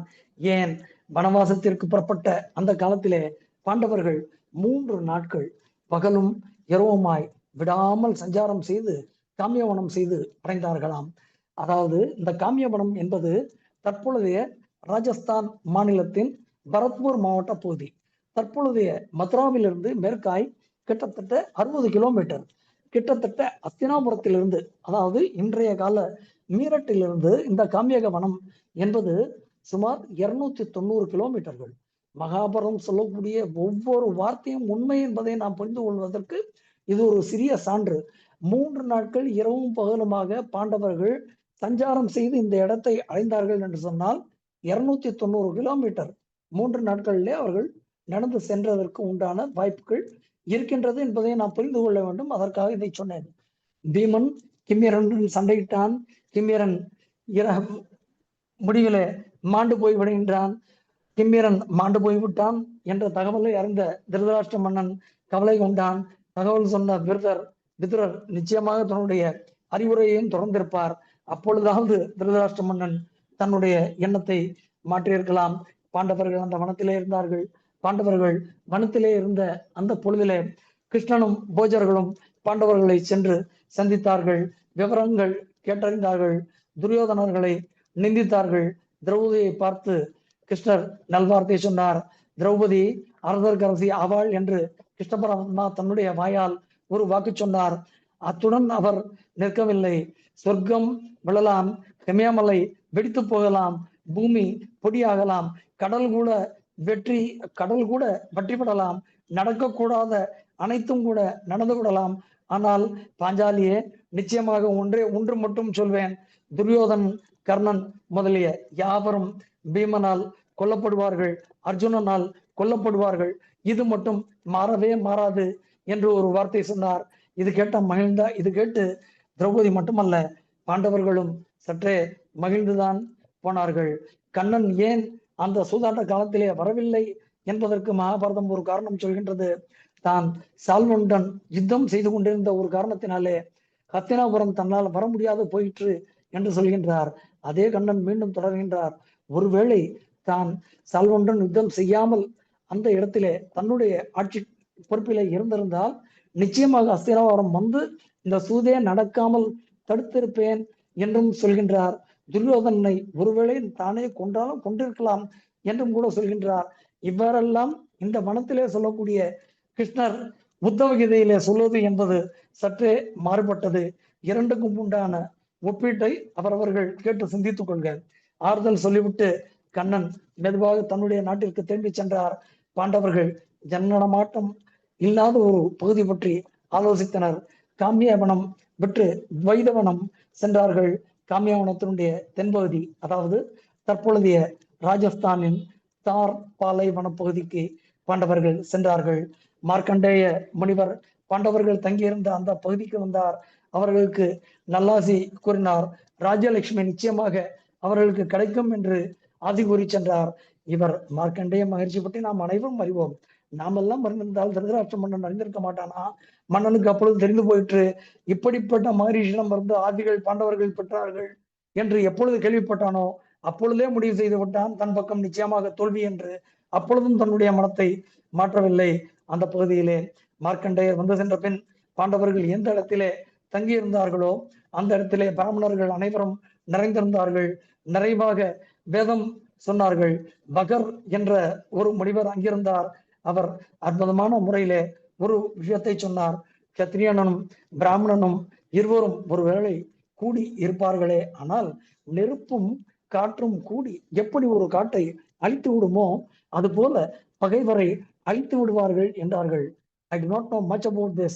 ஆனால் today our modern day synergy talks about this. Two different type of strengths coming together. அதி அற்புதமான பற்பல விஷயங்களை மகாபாரதம் நமக்கு சொல்லிக்கொண்டே செல்கின்றது. கோபம் பெரிதா, பொறுமை பெரிதா என்று பின்னாளிலே பாஞ்சாலி ஒரு கேள்வி ஒன்று கேட்கின்றாள். மிக நீண்ட உரையாடல் தர்மபுத்திரருக்கும் திரௌபதிக்கும் இடையே. தனியாக அதை பற்றி நாம் சிந்திக்க வேண்டும். அடுத்த பகுதிக்கு செல்வதற்கு முன்பாக மகாபாரதத்திலே எங்கெல்லாம் நான் தொட்டுவிட்டு சொல்ல முடியுமோ அதில் சற்றே ஒரு கோடாக நான் பேசிவிட்டு செல்கின்றேன். அந்த நேரத்திலே வியாச மகரிஷி அங்கு வந்தார். அங்கு வந்து அவர் சொல்லக்கூடிய அந்த செய்தி இன்றும் கூட நமக்கு ஏற்புடைய ஒரு செய்தியாகத்தான் கொள்ள வேண்டும். அவர் சொல்கின்றார், பாண்டவர்களே, ஒரே இடத்திலே நீங்கள் உம்மை சுற்றி இருக்கக்கூடிய முனிவர்களும் இங்கு இருக்கக்கூடிய அந்தணர்களும் உங்களை மதிக்கின்றார்கள், போற்றுகின்றார்கள் என்ற ஒரு காரணத்தினாலே இந்த ஒரே இடத்திலே இருப்பது என்பது நிச்சயமாக சரியாகாது. நீண்ட நாட்கள் நீங்கள் வனவாசம் செய்யக்கூடிய இந்த வேளையிலே ஒரே இடத்திலே இருப்பது தவறு. இந்த இடத்தை விட்டு நீங்கி நீங்கள் காமிய வனமே மீண்டும் சென்று விடலாம் என்று ஒரு அறிவுரை கூறி செல்கின்றார்கள். ஒருவேளை வியாசருக்கு தெரிந்திருக்கும், இதே இடத்திலே பாண்டவர்கள் இருந்தால் பாண்டவர்களுடைய நடவடிக்கையை துரியோதனர்கள் நிச்சயமாக அறிந்து கொள்வார்கள். என்றாவது ஒரு நாள் பாண்டவர்கள் அயர்ந்திருக்கக்கூடிய அந்த நேரத்திலே இவர்களை அவர்கள் கொல்லலாம் என்பது வியாசருக்கு புரிந்திருக்கும். ஏனென்றால் முன்பே துரியோதனன் சொன்னானே, பாண்டவர்கள் தனியாக இருக்கக்கூடிய அந்த நேரத்திலே அவர்களை அழித்து விட வேண்டும் என்று. வியாசருடைய அறிவுரை ஏற்கப்பட்டது. மீண்டும் அவர்கள் அனைவரும் சரஸ்வதி நதிக்கரைக்கு சென்றார்கள். சரஸ்வதி நதிக்கரைக்கு செல்வதற்கு முன்பாக தர்மபுத்திரர் தன்னுடைய பக்கத்திலே இருக்கக்கூடிய வலிமை என்ன என்பதை ஆராய்ந்தார். அர்ஜுனனை அழைத்தார். தர்மவேதத்திலே சொல்லப்பட்ட 4 விதமான கலைகள் பற்றி அதி அற்புதமாக ஒன்றன் உரையாடல் சொல்கின்றார். அம்புகளை எடுத்தல், அம்புகளை தொடுத்தல், அம்புகளை விடுத்தல், அம்புகளை திரும்ப அழைத்தல் என்கின்ற 4 பாகங்களும் அறிந்திருக்கக்கூடிய மக்கள் அனைவரும் கௌரவர்களுடைய சபையில் இருக்கின்றார்கள். அர்ஜுனனே, பீஷ்மராகட்டும், துரோணராகட்டும், கிருபராகட்டும், அஸ்வத்தாமனாகட்டும், ஏன் கர்ணனும் கூட இந்த 4 வகையான வித்தைகளையும் பரிபூர்ணமாக அறிந்திருக்கின்றான். ஆகையாலே அர்ஜுனனே, நீ இந்திரன் முதலிய தேவர்களை சென்று அவர்களை வணங்கி அவர்களிடமிருந்து அஸ்திரங்கள், பிரம்மாஸ்திரங்கள், இது போன்ற பற்பல அஸ்திரங்களை எல்லாம் நீ அறிந்து கொண்டு வர வேண்டும். விடவும் தெரிய வேண்டும், திரும்ப பெறவும் தெரிய வேண்டும். துரியோதனிடம் அவர்கள் அனைவருமே நல்ல விதமாய் ஒரு நட்பு கொண்டிருக்கின்றார்கள். எந்த இடத்திலே தர்மபுத்திரரை சொல்கின்றார் என்று பார்த்தால், கலையிலே மிகச்சிறந்த மக்களை தன்னுடன் கொண்டிருக்கக்கூடிய துரியோதனன் தேவர்களிடம் மிகச்சிறந்த நட்பு கொண்டிருந்தானாம். அதனால் அந்த தேவர்களிடம் துரியோதனன் கொண்டிருந்த ஒரு நட்பின் அடிப்படையிலே ஒருவேளை யுத்தம் என்று ஒன்று வந்துவிட்டால் தேவர்கள் ஒருவேளை அந்த பக்கம் சென்று விட்டால் என்ன செய்வது? அதனால் தர்மபுத்திரர் அர்ஜுனனுக்கு சொல்கின்றார், தேவர்களிடம் நீயும் சேகம் செய்து அவர்களிடம் இருந்து அனைத்து விதமான அஸ்திர பயிற்சிகளையும் நீ பெற வேண்டும் என்று. இவர்கள் சொன்ன அனைத்தையும் கேட்டுக்கொண்டிருந்த அர்ஜுனன் சரி என்று சொன்னான். பூமி இப்பொழுது துரியோதன வசம் இருக்கின்றதல்லவா, இதை நாம் அனைவரும் திரும்ப பெறுவோம் என்று சொன்னான். விருத்தனை பார்த்து பயந்த தேவர்கள் அனைவரும் தங்களுடைய அஸ்திரங்களை இந்திரனிடம் ஒப்படைத்திருக்கின்றார்கள் என்ற செய்தியும் தர்மபுத்திரரால் அர்ஜுனனுக்கு சொல்லப்பட்டது. இவை அனைத்தையும் கேட்டுக்கொண்டிருந்த அர்ஜுனன் அனைவரிடமிருந்தும் விடை பெற்றான், உற்சாகம் பெற்றான். தௌமிய மகர்ஷி அங்கிருந்தார். அவரை சுற்றி வந்தான், வலம் வந்தான், வணங்கினான். வடக்கு நோக்கி தன்னுடைய பயணத்தை மெதுவாக தொடங்கினான். வடக்கு நோக்கி அவன் தன்னுடைய பயணத்தை தொடங்கி அவன் இந்திரனை வணங்கி தவம் இருக்க தொடங்கிய அந்த வேளையிலே இந்திரன் மாற்றுருவிலே வந்து அர்ஜுனனை சோதிக்க எண்ணினான். சோதனையிலே அர்ஜுனன் வெற்றி பெற்றான். அவன் எப்படி வெற்றி பெற்றான் என்பது மகாபாரதம் மிக அற்புதமாக சொல்கின்றது. காலத்தின் அருமை கருதி இன்னும் கிட்டத்தட்ட ஒரு 15 நிமிடத்திலே இதை முடிக்க நான் முயற்சிக்கின்றேன். இந்திரன் அர்ஜுனனை பார்த்து சொன்னான், அர்ஜுனனே, உனக்கு தேவையான அஸ்திரங்கள் அனைத்தையும் நான் தந்து விடுவேன். ஆனால் அதற்கு ஒரே ஒரு நிபந்தனை. எப்பொழுது உனக்கு பரமேஸ்வரனுடைய தரிசனம் கிடைக்குமோ, பரமேஸ்வரனுடைய தரிசனம் கிடைத்த பின்பு நீ என்னிடம் இருக்கக்கூடிய அஸ்திரங்கள் அனைத்தையும் நீ பெறலாம் என்று சொன்னான். மறைந்தே போனான். இந்திரன் மறைந்ததை கண்டு அர்ஜுனன் ஆலோசித்தான். மெதுவாக தன்னுடைய தவத்தை தொடங்கினான். முன்பு நாம் கண்டோமே, பல்வேறு விதமான தவங்கள். துருவன் செய்த தவம் பார்த்தோம். அர்ஜுனன் செய்த தவமும் கிட்டத்தட்ட அது போலவே முதல் மாதம் பூமியிலே பழுத்து கீழே உதிர்ந்து கிடந்திருந்த இலைகளை எல்லாம் 3 நாட்களுக்கு ஒரு முறை ஆகாரமாக கொண்டான். அதன் பின் 2வது மாதம் 6 தினங்களுக்கு ஒரு முறையாக கனிகள் மட்டும் புதித்தான். 3வது மாதம் 15 நாட்களுக்கு ஒரு முறை என்ன ஆகாரமோ அந்த ஆகாரம் மட்டும். 4வது மாதம் காற்று மட்டும். கால் கட்டை விரல் கீழே ஊன்றி கைகளை உயர தூக்கி மெதுவாக தவம் புரிய தொடங்கினான். இவனுடைய கோர தவத்தை கண்ட முனிவர்கள் அனைவரும் பரமேஸ்வரனிடம் சென்று முறையிட்டார்கள். இவன் செய்யக்கூடிய இந்த கோரமான தவம் எங்களை மிகவும் இம்சிக்கின்றது. பரமேஸ்வரனே, நீங்கள் எங்களுக்கு உதவ வேண்டும் என்று கேட்டார்கள். பரமேஸ்வரனுக்கு புரிந்து போயிற்று, தான் அர்ஜுனனுக்கு அருள் செய்ய வேண்டிய காலம் வந்தாயிற்று என்று பரமேஸ்வரன் அறிந்து கொண்டான். மெதுவாக முனிவர்களை பார்த்து சொன்னான், உங்களுக்கு எது தேவையோ அது எனக்கு முகந்ததே. இப்பொழுதே அர்ஜுனனுக்கு அருள் செய்வேன், கவலை வேண்டாம் என்று சொன்னான். பார்காக்கும் மகேசன் அர்ஜுனனை காக்க, பாண்டவர்களை காக்க வேட உருவம் தரித்தான். மெதுவாக அர்ஜுன் இருந்த அந்த இடத்திற்கு வந்தான். அந்த இடத்திலே திதியனுடைய புத்திரன் மூகன் என்ற ஒருவன் பன்றியின் உருவிலே இருந்தான். பன்றியின் உருவிலே இருந்த அவனை நோக்கி அர்ஜுனனும் மெதுவாக தன்னுடைய அம்புகளை செலுத்த, அதே நேரத்திலே இறைவன் அர்ஜுனனை தடுத்தான். சொன்னான், இந்த பன்றியை தான் பின்தொடர்ந்து வந்த பன்றி, அதனால் தனக்கு உரியது என்று சொன்னான். இருவருக்கும் ஒருவருக்குடன் ஒருவருக்கு போர் செய்யக்கூடிய அந்த நிர்பந்தம் அந்த இடத்திலே உருவாயிற்று. அர்ஜுனனும் பானத்தை விட்டான், பரமேஸ்வரனும் பானத்தை விட்டான். பன்றியனோ இறந்து போயிற்று. இறந்து போனது எவருடைய பானத்தினால் என்ற கேள்வி வந்தது. அர்ஜுனன் சற்றே கோவப்பட்டான். பரமேஸ்வரனுடன் மெதுவாக சண்டையிடத் தொடங்கினான். அவனுடைய அம்புரா துணியிலே காண்டிவத்திலே இருந்த அத்தனை அம்புகளும் பறி போயின. அர்ஜுனன் சற்றே திகைத்து போனான். வந்திருப்பவன் யார் என்று மெதுவாக யோசிக்க தொடங்கினான். காண்டீவத்தை எடுத்து பரமனை அடிக்க முற்பட்டான். காண்டீவமும் பறிபோனது. காண்டீவம் பறிபோன பின் தன்னுடைய கைகளையே ஆயுதமாக கொண்டு பரமனுடன் சண்டையிடத் தொடங்கினான். ஆனால் சண்டையிட்டது பரமேஸ்வரனிடம் அல்லவா? அர்ஜுனன் சற்றே மயங்கி கீழே விழுந்தான். மயங்கி கீழே விழுந்த அந்த சார், எக்ஸ்கியூஸ் மீ, கொஞ்சம் தயவு பண்ணி மியூட்ல இருங்க சார், பிளீஸ். அர்ஜுனன் தன்னுடைய கையில இருந்த கத்தியை கொண்டு சிவனுடைய தலையை தொடைய தனித்தான். சிவனுடைய தலையை தொட்ட அந்த கத்தி சிதறி போனது. ஒருவேளை முக்தி பெற்றி போனதோ நமக்கு தெரியாது. மரங்களும் கற்களும் ஈசனை தொடும் பாக்கியம் பெற்றன. இறுதியிலே முஷ்டி யுத்தம் தாக்கியது ஈசன்லவா? முன்பே நான் சொன்னேன், பரமேஸ்வரனுடன் செய்த அந்த சண்டை. அர்ஜுனன் மயக்கமுட்டு போனான். மூர்ச்சை தெளிந்த பின் அவனுக்கு புரிந்து போயிற்று, பரமேஸ்வரனை வணங்க வேண்டும் என்று நினைத்து கைகளாலே ஒரு லிங்கத்தை பிடித்து அந்த லிங்கத்தின் மேலே அருகில் இருந்த மலர்களை கொண்டு மெதுவாக ஒரு மாலையானது சூட்ட, அவனுக்கு எதிரே நின்ற அந்த பரமேஸ்வரனின் கழுத்திலே, அந்த வேட உருவிலே இருந்த பரமேஸ்வரனுடைய கழுத்திலே அந்த மாலை இருப்பதை கண்ட அர்ஜுனனுக்கு புரிந்து போயிற்று, வந்தது உலகு காக்கும் ஈஸ்வரன் என்று. ஈஸ்வரனுடைய காலிலே அர்ஜுன் விழ மகிழ்ந்து போனான். பரமேஸ்வரன் அவன் எந்த ஒன்றை எண்ணி தன்னிடம் தவம் செய்தானோ அந்த தவத்திற்கு உண்டான பலனை கொடுக்க வேண்டும் என்று பரமேஸ்வரன் நினைத்தான். அர்ஜுனன் அவனை பார்த்தான், பணிந்தான், தொழுதான், மகிழ்ந்தான், மண்டியிட்டான். அவன் மண்டியிட பரமேஸ்வரன் பார்வதியுடன் காட்சி தந்தான். பார்வதியுடன் பரமேஸ்வரன் காட்சி தர பாண்டவர்களில் ஒருவனான அர்ஜுனன் பேர் ஓகை யுற்றான், அனைத்தும் நீயே என்ற சரணடைந்தான். மெதுவாக பார்த்தனை பார்த்து பரமேஸ்வரன் சொன்னான், இதோ பாசுபதாஸ்திரம், பெற்றுக்கொள். அவசரப்பட்டு இந்த பாசுபதாஸ்திரத்தை யார் மேலும் பிரயோகம் செய்யாமல் இருக்காதே என்று சொல்லி அந்த அஸ்திர பிரயோகம் எப்படி செய்ய வேண்டுமோ அதை அனைத்தையும் சொல்லிவிட்டு பரமேஸ்வரன் மறைந்து போனான். அந்த பாசுபதாஸ்திரம் எவ்வளவு வலிமை உடையது என்பது பின்னாளிலே மகாபாரதம் அதி அற்புதமாக சொல்கின்றது. இந்த பாசுபதாஸ்திரத்தின் மகிமை பற்றி திருதராஷ்டிரன் அறிந்தான். அறிந்தவுடன் அவனுக்கு கவலை பற்றியது. சங்கல்பித்து ஒருவேளை இந்த அர்ஜுனனானவன் பாசுபதாஸ்திரத்தை பிரயோகம் செய்துவிட்டால் கௌரவர்கள் என்பதிலே ஒருவர் கூட இருக்க மாட்டார்கள் என்பது திருதராஷ்டிர மன்னனுக்கு தெரிந்து போயிற்று. அப்பொழுதேனும் அவன் தன்னுடைய முடிவை மாற்றிக் கொண்டிருக்கலாம். பின்னாளிலே அனைத்தும் முடிந்த பின்பு மெதுவாக சஞ்சயனிடம் அவன் புலம்பினான்.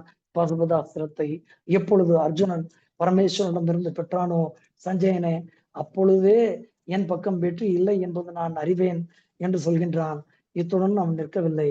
அதற்கு பின்பு அடுத்த புலம்பல் தொடர்கின்றது.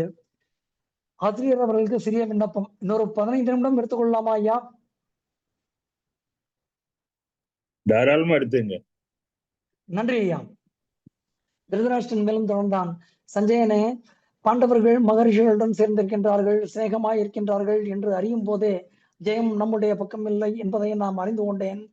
சஞ்சயனே, அர்ஜுனன் இந்திரனிடம் தெய்வீக அஸ்திரம் பெற்றான் என்பதை எப்பொழுது நான் அறிந்து கொண்டேனோ அப்பொழுதே எனக்கு புரிந்து போயிற்று ஜெயம் என்பது என் பக்கம் இல்லை என்று. தர்மர் எப்பொழுது தீர்த்த யாத்திரை தொடங்கினாரோ, எப்பொழுது லோமச்ச முனிவரை சந்தித்தாரோ அப்பொழுதே தன்னுடைய வெற்றிகளை அவர்கள் உறுதி செய்தார்கள். என்னுடைய பலவீனத்தை நான் உணர தொடர்ந்து விட்டேன் சஞ்சயனே என்று சொல்கின்றான். மன்னன் இவையெல்லாம் கூட பரவாயில்லை, அடுத்ததாக ஒன்றை சொல்கின்றார். நாம் ஆராய வேண்டிய ஒரு பகுதி. பிரகஸ்தர் என்ற முனிவர் எப்பொழுது தர்மதற்கு தியூத சாஸ்திரம் பற்றி கற்பித்தார் என்பதை நான் கேள்விப்பட்டேனோ சஞ்சயனே, அப்பொழுதே எனக்கு நிச்சயமாக தெரிந்து போயிற்று தங்களுடைய பக்கம் வெற்றி என்பது இல்லை என்பதாக சொல்கின்றார். அப்படி என்ன இந்த தியூத சாஸ்திரம் என்பதை நாம் சற்றே சிந்திக்கலாம். பாண்டவர்கள் வெற்றிக்கும் நாம் இதற்கு முன் நாம் கண்ட சில கருத்துக்களுக்கும் உண்டான தொடர்பை நாம் சற்றே பார்த்தால் திருதராஷ்டிர மன்னனுடைய மணக்குமுறலை, அதில் இருக்கக்கூடிய ஆழத்தையும் நாம் அறிந்து கொள்ள முடியும். இன்றைய சிந்தனையின் தொடக்கத்திலே கண்டோம். வியாச மகரிஷி வந்தார், பாண்டவர்களை சந்தித்தார் என்று. சவுனக முனிவர் தேவர்களை வேண்டச் சொன்னார். தௌமியர் வழிகாட்டினார். தர்மபுத்திரர் சூரியனை துதித்தார். அக்ஷய பாத்திரம் பெற்று போனார். முனிவர்கள் உடன் இருக்க கவலை போயிற்று. மனதிற்கு ஆறுதல் சொல்ல அந்தணர்களும் வேதம் முறைப்பவர்களும் இருக்க ஆறுதல் மட்டுமல்ல, தைரியமும் கூட கிட்டிற்று. பசி போக்குவதற்கு அக்ஷய பாத்திரமும் அவர்கள் வசம் ஆயிற்று. திருதராஷ்டிர மன்னன் ஒரு பேரரசன் மட்டுமல்ல, மிகச்சிறந்த ஒரு உளவியல் நிபுணராகவும் இருந்திருக்க வேண்டும் என்பதை இந்த பகுதி நமக்கு சொல்கின்றது. பாண்டவர்கள் வனவாச காலமான 12 ஆண்டு காலத்திலே தனிமைப்பட்டு வலுவிழந்து ஒருவேளை பிழைத்திருந்தால் அஞ்ஞாத வாசத்திலே அவர்கள் நிலை அறியாத எவர்க்கும் அவர்கள் பாண்டவர்கள் என தெரியாத போதிலே நிச்சயமாக யாரும் உதவி செய்ய மாட்டார்கள். உதவி கேட்டாத பாண்டவர்கள் தவித்து போவார்கள். தங்கள் நிலை சொல்லி ஒருவேளை உதவி கேட்டால் தங்களுடைய நிலையை அவர்கள் பிரகடனப்படுத்தினார்கள் என்பதை நாம் ஒரு காரணமாக கொண்டு மீண்டும் கூட அவர்களை நாம் வனவாசத்திற்கு அனுப்பிவிடலாம் என்று திருதராஷ்டிர மன்னன் பல்வேறு விதமான ஒரு சிந்தனைகளை தன்னுடைய மனத்திலே செலுத்தி அந்த சூதிற்கு 2வது முறை சூதிற்கு அனுமதி அளித்திருக்க வேண்டும். ஆனால் நடந்தது என்னவோ வேறு. பாண்டவர்களுக்கு அனைத்து விதமான வசதிகளும் காட்டில் கிடைத்தன. நம் சிந்தனைக்காக ஒன்று மட்டும். சூதாட்டத்தின் போது தர்மரின் வயது என்னென்பதை நாம் கண்டோம். மீண்டும் நம்முடைய நினைவிற்காக இந்த இடத்திலே ஒரு முறை சொல்கின்றேன். 80 ஆண்டு காலங்கள் நிறைவுற்றிருந்த திருதராஷ்டிர மன்னன் குறைந்தபட்சம் அடுத்த 13 ஆண்டு காலங்கள் தன்னுடைய பிள்ளை சற்றே மகிழ்வுடன் இருக்கட்டுமே என்று கூட நினைத்திருக்கலாம். அதன் விளைவாக கூட அவன் சற்றே அமைதி காத்திருக்கலாம் என்பதையும் நாம் நினைவில் கொண்டு நம்முடைய சிந்தனையை மேலே தொடரலாம். பாண்டவர்களுடைய சிந்தனை பற்றி மட்டுமே மன்னனுடைய மனம் இருந்தது. ஆனால் அவன் நினைத்தது என்னவோ 13 ஆண்டு காலங்கள் சுகமான ஒரு வாழ்க்கை. ஆனால் அந்த 13 ஆண்டு காலத்திலே மன்னன் சுகமாக இருந்தானா, தன்னுடைய ராஜ்யத்தை தன்னுடைய பிள்ளைகளை போற்றி பார்த்தானா என்று பார்த்தால் நிச்சயமாக இல்லை. ஏனென்று சொன்னால் காந்தாரி முன்பே சொன்னாலே அதர்மமான முறையிலே பெறப்பட்ட ஒரு சொத்து நிச்சயமாக ஒரு நாள் நம் கையை விட்டு சென்றே தீரும் என்று சொன்னாலே அவை அனைத்தையும் மன்னன் தன்னுடைய மனத்திலே கொண்டான். பாண்டவர்களை பற்றிய சிந்தனை மட்டுமல்ல, பாண்டவர்கள் என்ன செய்தார்கள் என்பதையும் அன்றாடம் அவர்களுடைய ஒவ்வொரு நடவடிக்கையும் மன்னனுக்கு தெரிந்தே இருந்தது. ஆனால் மன்னனுடைய போராத காலம் 12 ஆண்டு காலங்கள் முடிந்த பின் 12 ஆண்டு காலங்கள் அவர்கள் என்ன செய்தார்கள் என்று பார்த்திருந்த திருதராஷ்டிர மன்னனுக்கு அஞ்ஞாதவாசம் அவர்கள் எங்கு செய்தார்கள் என்பது பற்றி தெரியாது போனது நிச்சயமாக விதி வசமே. நாம் எல்லாம் என்று சொல்கின்றோமே, up to date and all the info are at our finger tips என்று சொல்லுவோமே, அது போல கொண்டிருந்த திருதராஷ்டிர மன்னன் நிச்சயமாக அந்த அஞ்ஞாதவாசம் பற்றி சற்றும் தெரிவதற்கு வாய்ப்பே இல்லாத விதத்திலே பாண்டவர்கள் நடந்து கொண்டார்கள் என்பது அவர்களுடைய புத்திசாலித்தனத்தையும் இவர்கள் தோற்றுப்போன விதத்தையும் நமக்கு காட்டுகின்றது. திருதராஷ்டிரன் புலம்பலில் இருந்த அந்த கருத்து என்ன என்று கேட்டால், இந்திரன் அர்ஜுனனை சந்தித்த போதே அவனுக்கு அஸ்திரங்கள் வழங்கி இருக்கலாம். பரமசிவன் தரிசனமான பின்புதான் ஆயுதம் தருவேன் என்று சொன்னான். அர்ஜுனன் பாசுபதாஸ்திரம் பெறுவதற்கு முதலில் உதவி செய்தவன் இந்திரன். அர்ஜுனன் தவம் செய்தான், ஈதனை கண்டான், கட்டி புரண்டு போராடி சரண் செய்தான், பசுபதாஸ்திரம் பெற்றான். இந்திரன் தன்னுடைய வாக்கை காப்பாற்றினான். பரமன் அருள் பெற்ற அர்ஜுனனுக்கு அஸ்திரங்கள் வழங்குவதற்கு முன்பாக தன்னுடைய தேவர்கள் அனைவரையும் அழைத்தான். வருணனை அழைத்தான், குபேரனை அழைத்தான், யமனை அழைத்தான். அனைவரையும் அழைத்து அவர்களுடைய தரிசனம் எல்லாம் அர்ஜுனனுக்கு கிட்டும்படி செய்தான். அதே நேரத்திலே இந்திரனும் இந்திராணியுடன் அந்த இடத்திலே வந்து சேர்ந்தான். அனைவரும் அர்ஜுனனுக்கு ஆசி கூறி அஸ்திரங்கள் கொடுத்தார்கள். எப்பேற்பட்ட அஸ்திரங்கள் கொடுத்தார்கள் என்பதை திருதராஷ்டிர மன்னன் அறிந்தான். அறிந்த அந்த புள்ளியிலே அவனுக்கு பயம் வந்தது. வருணன் இந்திரனுடைய அந்த அன்பான ஆணையின் பேரிலே திவ்யமான வர்ணாஸ்திரங்களை அர்ஜுனனுக்கு வழங்கியது மட்டுமல்ல, முறைப்படி அவற்றை உபதேசம் செய்து இப்படித்தான் உபயோகிக்க வேண்டும் என்ற பிரயோக முறையையும் கற்பித்து விட்டு சென்றான். குபேரனிடமிருந்து முறையானபடி அந்தர்தான அஸ்திரம் என்பதாக ஒரு திவ்யாஸ்திரத்தை அர்ஜுனன் பெறுகின்றான். இந்திரன் தன்னுடைய பங்கிற்காக மாதலியுடன் கூடிய ஒரு ரதம் ஒன்றை கொடுத்து அனைத்து அஸ்திரங்களத்தையும் பிற்காலத்திலே சொர்க்கத்திலே தருகின்றான். இவர்கள் எல்லாம் இவ்வாறு வெவ்வேறு அஸ்திரங்கள் கொடுத்தார்கள் என்று சொன்னால், யமன் தன்னிடத்திலே இருந்த தண்டம் என்று அறியப்படக்கூடிய அந்த அஸ்திரத்தை வழங்குகின்றான். அந்த அஸ்திரத்தை வழங்கிய பின்பு மெதுவாக நிவாத கவச்சர்களை வெல்லக்கூடிய வலிமையும் அவனுக்கு உண்டாகட்டும் என்பதாக ஒரு ஆசையையும் அந்த இடத்திலே வழங்குகின்றான். ஒவ்வொரு அஸ்திரத்திற்கும் உண்டான சிறப்பை நாம் காண வேண்டும் என்றால் அதற்கென்றே ஒரு தனியான ஒரு சிந்தனை வகுப்பு நமக்கு தேவை. ஆனால் நாம் அதை தெரிந்து கொள்வதற்கு முன்பாக திருதராஷ்டிர மன்னன் ஒவ்வொரு அஸ்திரத்திற்கும் உண்டான அந்த அற்புதமான அந்த வலிமையை உணர்ந்திருந்தான். வலிமை தெரிந்த பொழுதிலே அவனுக்கு தெரிந்து போயிற்று தங்களுடைய பக்கத்திலே ஜெயம் கிட்டாது என்று. அர்ஜுனன் இவ்வாறு சிறப்பான பற்பல அஸ்திரங்களை பெற்று இந்திரனிடம் சென்று அந்த அமராவதி பட்டினத்திலே இருந்த அந்த வேளையிலே தர்மபுத்திரரானவர் மெதுவாக தன்னுடைய தீர்த்த யாத்திரையை தொடங்கினார். தீர்த்த யாத்திரை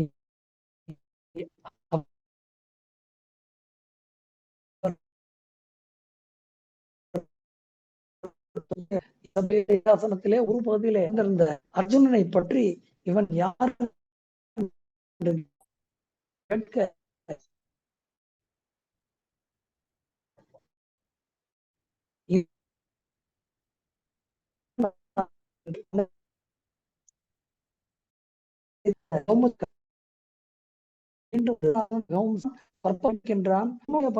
படுத்திக்கொள் என்பதாக அறிவுரை கூற 5 ஆண்டு காலங்கள் நிறைவேறியிருந்த அந்த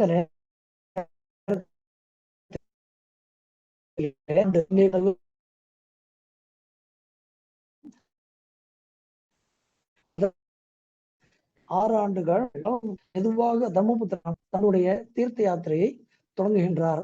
இந்த 6 ஆண்டு காலங்கள் நிறைவு பெற்ற இந்த வேளையிலே ஒரு நாள் பிரகஸ்த முனிவர் அங்கு வருகின்றார். பிரகஸ்த முனிவர் வந்து தர்மபுத்திரருக்கு அந்த ஜூத வித்தை என்பது பற்றி திருதராஷ்டிர மன்னன் பயந்தானே, அந்த வித்தைக்கு உண்டான கதையை மெதுவாக சொல்கின்றார். தர்மபுத்திரனே, நீ ஏதோ நான் மிகவும் கஷ்டப்பட்டு விட்டேன், நாங்கள் எல்லாம் நாடறிந்தோம், காடு வந்தோம், மிகவும் கஷ்டப்படுகின்றோம் என்று சொல்கின்றாயே, ஆடை கூட இழந்த ஒருவனை பற்றி உனக்கு தெரியுமா என்று கேட்க, தர்மபுத்திரர் சற்றே ஆவலுடன், ஒரு சிம்பிள் சைக்காலஜி, இன்றும் கூட நாம் அதை பற்றி எல்லாம் சிந்திக்கின்றோமே, நான் கஷ்டப்படுகிறேன் என்று சொன்னால் என்னை விட கஷ்டப்படுவதற்கு ஒருவன் இருக்கின்றான் என்று சொன்னால் நாம் பெறக்கூடிய மன அமைதியும் ஆறுதலும் தர்மபுத்திரனுக்கு அது அப்பொழுது கிடைத்திருக்க வேண்டும். மெதுவாக பிரகஸ்தர் அந்த கதையை சொல்ல துவங்குகின்றார். நிஷாத தேசம், நிஷாத தேசத்தினுடைய மன்னன் நலன், அதாவது நிஷாத தேசம் என்பது தற்பொழுதைய குவாலியர் மாவட்டம், மத்திய பிரதேசம். அதற்கு அந்த மன்னனுடைய மனைவியாய் வரக்கூடியவள் தமயந்தி, விதர்ப்ப தேசத்து இளவரசி, அதாவது தற்பொழுதைய மகாராஷ்டிரா மாநிலத்தின் கிழக்கு பகுதி. நலனுக்கும் தமயந்திக்கும் இடையே அற்புதமாக ஒரு தூது, அன்னத்தின் தூது. ஆசிரியர் கூறுவாரே முன்பு, தூது பற்றி நாம் ஒரு சிந்தனை கண்டோமே, பல்வேறு விதமான தூதுகள் பற்றி, அக்னிணை தூது, அறிஞர் தூது, அடியவர் தூது, ஆண்டவர் தூது என்பதாக.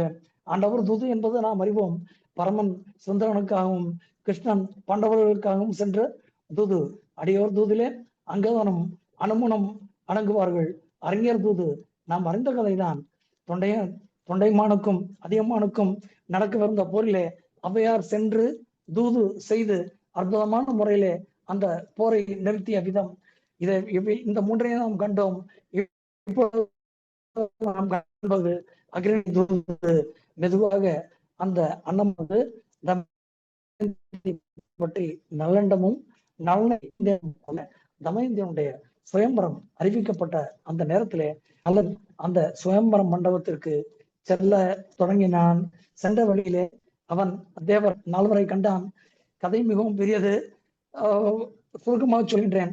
அந்த நால்வரும் கூட நலன் போன்ற உருவு கொண்டு சுயம்பர மண்டபத்திலே அமர்ந்திருக்க, அந்த காலத்திலே ஒரு நாட்டின் இளவரசி எந்த அளவு மதிநுட்பம் மிக்கவளாக, கவனம் மிக்கவளாக இருந்திருக்கின்றாள் என்பதை இந்த நலச்சத்திரம் நமக்கு சொல்கின்றது. நலனுடைய உருவிலே அமர்ந்திருந்த ஐவர், நலனையும் சேர்த்து ஒவ்வொருவராக பார்த்து கொண்டு வந்திருந்த அந்த தமயந்தி பார்க்கின்றாள்.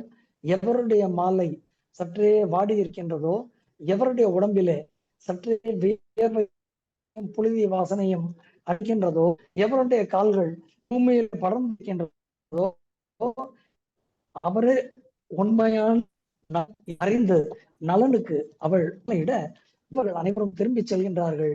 நலனுக்கும் தமயந்திக்கும் திருமணம் நடந்தது. இவர்கள் மகிழ்வான வாழ்க்கையை தொடங்க தேவர்கள் எல்லாம் தங்களுடைய இருப்பிடம் செல்லக்கூடிய அந்த நேரத்திலே கலியானவன் தேவர்களையும் மறுத்து மனிதனை மறந்த அந்த தமயந்தியின் வாழ்க்கையும் நலனின் வாழ்க்கையும் எடுக்க வேண்டும் என்ற எண்ணம் வந்த கதை அறிந்ததை. கலியானவன் மகாபாரதம் சொல்லிட்டு ஒரு நாள் அல்ல, 2 நாள் அல்ல, 12 ஆண்டுகளும் நலனை கண்காணித்து கொண்டே இருந்தானாம். 12 ஆண்டு காலம் நிறைவுற்ற அந்த வேளையிலே ஒரு தன்னுடைய இயற்கை உபாதை முடித்து கொண்டு கால் அலம்பாமல் வந்து ஆச்சரணம் செய்த அந்த பொழுதிலே கலியானவன் நலனை பற்றினான். அதன் பின் நடந்த கதையை நமக்கு தெரியும். புஷ்கரன் தூண்டுதலின் மூலமாக நலனுக்கும் புஷ்கரனுக்கும் சூது தொடர்ந்தது. நலன் ஒவ்வொன்றாக இழக்க தொடங்கினான்.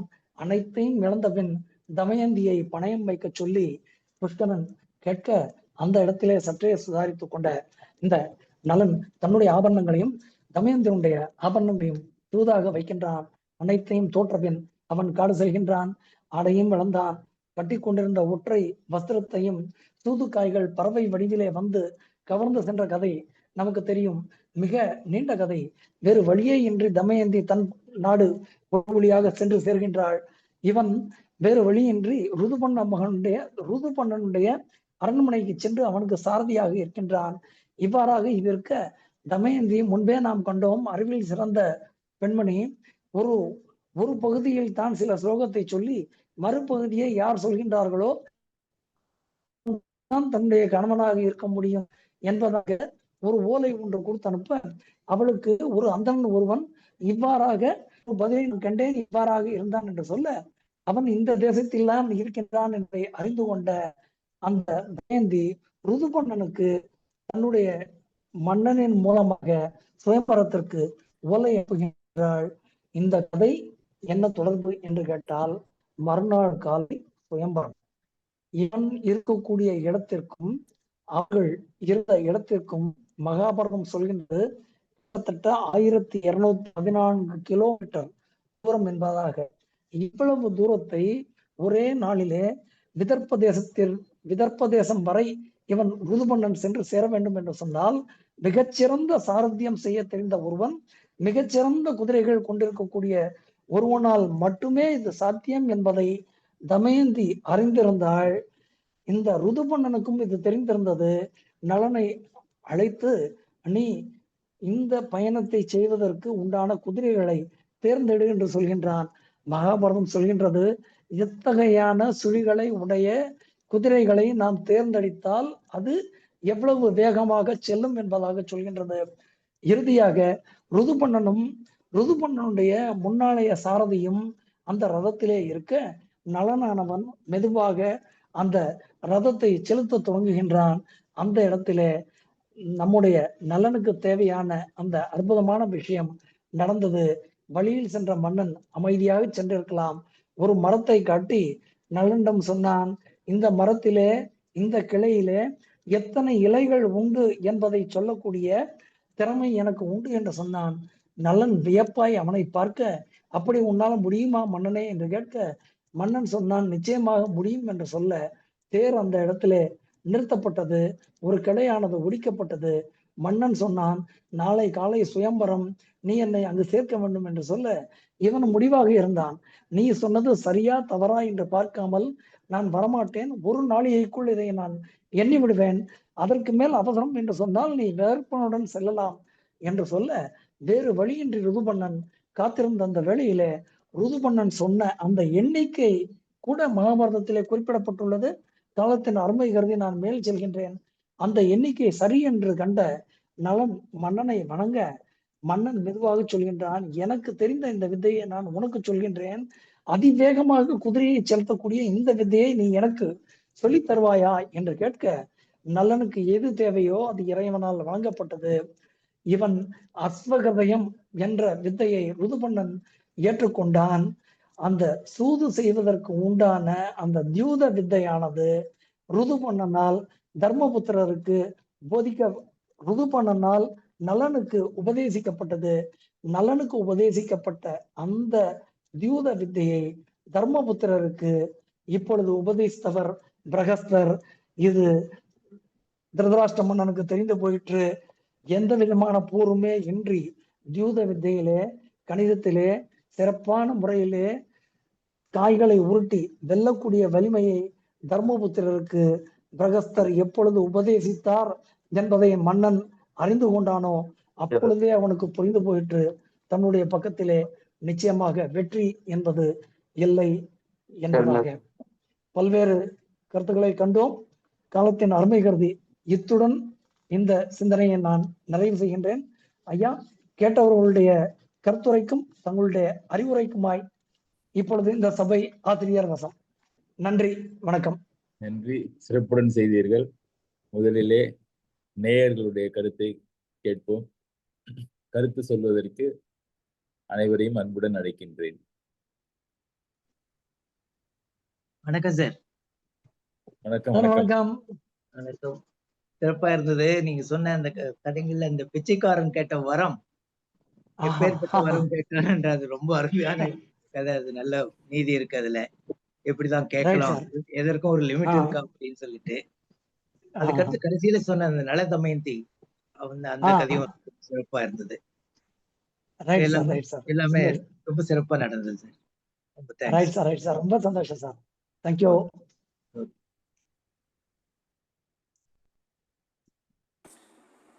வணக்கம். எனக்கு இதுல கேள்வி கேட்கிற அளவுக்கு ஞானம் இருந்தாலும் நான் என்னால் அனுபவிக்க முடிஞ்சது நிறைய புது விஷயங்கள் எனக்கு.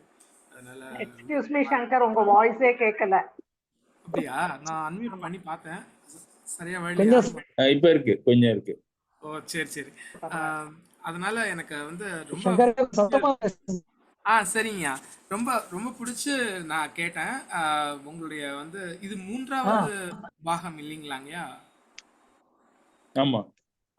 அதனால எனக்கு எனக்கு வந்து அந்த கண்டினியூட்டிலாம் இல்லைன்னா கூட நல்லா புரிஞ்சது, நல்லா கேட்டேன்.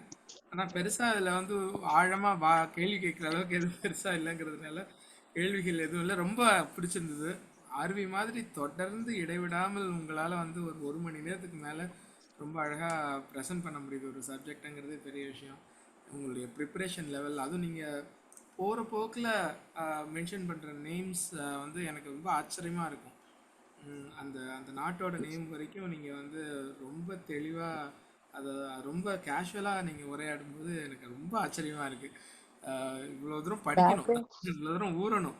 அதனால் ரொம்ப சந்தோஷம். இங்கே கேட்டது ரொம்ப மகிழ்ச்சி. நன்றி ஐயா, நீங்க எல்லாம் கூட இருக்கிறது என்னுடைய பலம் ஐயா. நன்றி, ரொம்ப ரொம்ப சந்தோஷங்க. நன்றி. சொல்லுங்கம்மா. சொல்லுங்கம்மா ஜெர்சிமா.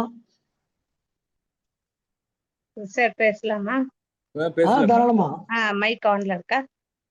இருக்குமா சார், இது வந்து சொற்சுவையும் பொருட்சுவையும் கருத்தாழமும் மிகுந்து நீங்க சொன்னீங்க. அந்த காலத்தின் அருமை தெரிந்து ரொம்ப சுருக்கமா சொன்னாலும் விரிவான ஒரு கேட்ட பலனை கொடுத்தது. ரெண்டாவது, நீங்க சொன்ன அந்த கால அளவு, நேரம், தூரம், அதுக்கப்புறம் இந்த present where it is located, அது ரொம்ப யூஸ்ஃபுல்லா இருந்தது. Definitely I will take this to my children. Already நான் வந்து இந்த சக்தி பீடம், நீங்க கொடுத்த அந்த ஜோதிட இது அந்த விதியும் இது எல்லாமே நான் வந்து ஒரு 2 பீரியட்ஸ் இருக்க டைம்ல ஒரு பீரியட் இதை சொல்லுவேன். ஸோ அந்த மாதிரி எங்களுக்கும் ஒரு லெசன் இருக்கு, ஹவு லேண்ட் பிகேம் சீக்ரெட்னு. அதுல வந்து அந்த லேண்டோட பேரெல்லாம் கொஞ்சம் சம்ஸ்கிருதத்துல இருக்கும். அப்போ வந்து நான் சொல்லுவேன், இதுக்கு இதனால இந்த காரணம். இந்த சரஸ்வதி ரிவர் நீங்க சொன்னீங்க இல்லையா, அது வந்து பிரசன்ட்லி இப்ப வந்து அது வந்து ட்ரை ஆயிடுது. அப்போ வந்து அது இண்டஸ் வேலி சிவிலைசேஷன்ல வந்து இந்தியாவோட நாகரீகம் வளர்ச்சி அடைந்த காலத்துல முக்கியமான ஒரு பகுதியா அது விளங்கியது. சரஸ்வதி நாகரிகம், இண்டஸ் சரஸ்வதி சிவிலைசேஷன். அது இப்போ வந்து இன்விசிபிள் ஆயிடுது. ஆனா அது வந்து அந்த பேர அழிவுனால அது இதாயிடுது. இதுல இருந்து ஹிமாலயால உற்பத்தி ஆகி அரேபியன் சீல அது கலக்கிறது. ஸோ அந்த ரிவர்ஸ் வந்து நான் வந்து இப்போ லாஸ்ட் வீக் லெசன் எடுக்கும்போது நான் டாட்டட் பண்ணி அது வந்து குஜராத் வழியா வந்து பஞ்சாப் வழியா வந்து அரேபியன் சீல கலக்கிறது இப்போ இன்விசிபிளா இருக்குன்னு சொல்லிட்டு அப்படியே அந்த பிரயாத்து கதைக்கு வந்தேன்.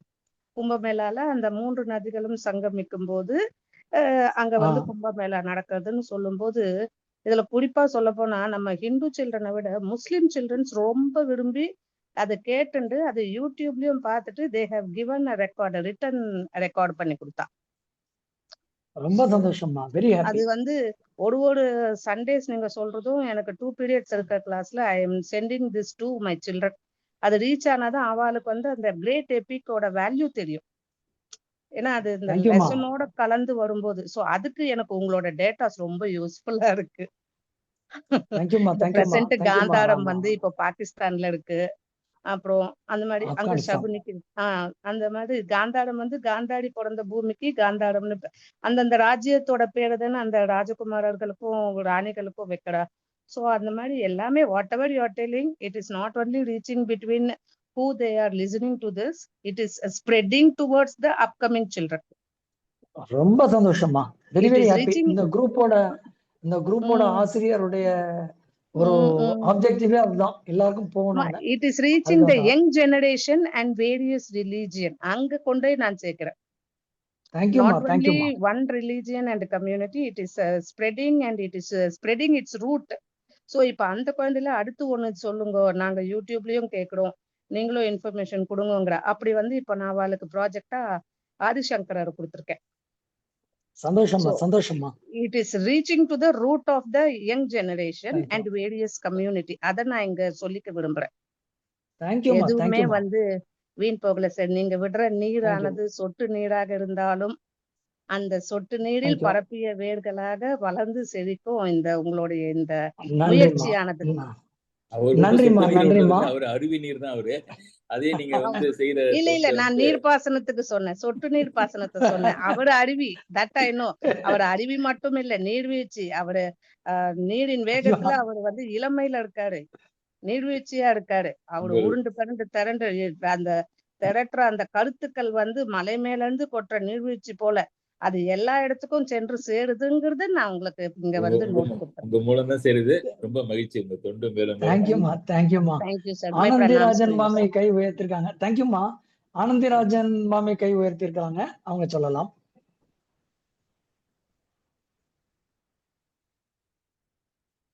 அன்மியூட் பண்ணிட்டு பேசுங்க. ஹேண்ட் சிம்பல் தெரிஞ்சது. அது அப்படிதான் இருக்கு ஹேண்ட் சிக்னல்.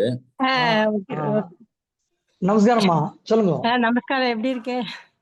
நல்லா இருக்கேம்மா, நல்லா இருக்கேன். குழந்தைகளுக்கு நானும் இது மாதிரி சொல்லித்தரேன். சண்டே நான் கேட்டுட்டு அதை நோட்டீஸ் பண்ணி எழுதிட்டு அதை நான் மறுநாள் குழந்தை மண்டேல இருந்து குழந்தை கிளாஸ் அதை நான் பண்ணிட்டு இருக்கேன். அவளுக்கு ரொம்ப சந்தோஷம். அவளும் அதுல இருந்து கொஸ்டின் கேக்குறா. நீங்க அதை கேட்டீங்களே, நீங்க இதை கேட்டீங்களா, அதை கேட்டீங்களா அப்படின்னு சொல்லிட்டு கேக்குறாங்க. அதே மாதிரி அந்த क्वेश्चंस எல்லாம் எங்கள்கிட்ட சொல்லுங்க, எனக்கு தெரிஞ்சதை நான் சொல்லுவேன். என்னால சொல்ல முடியாத ஆசிரியர் இருக்காரு சொல்லுவாரு. ஒண்ணுமே கிடையாது, ஜீரோ. நாங்கெல்லாம் ஒண்ணுமே, நான்லாம் ஒண்ணுமே கிடையாது. நான் கேட்டது நான் சொல்லுவேன், குழந்தைகளுக்கு ஷேர் பண்ணிக்கிறேன். அவளும் ரொம்ப எங்க சந்தோஷப்படுறா.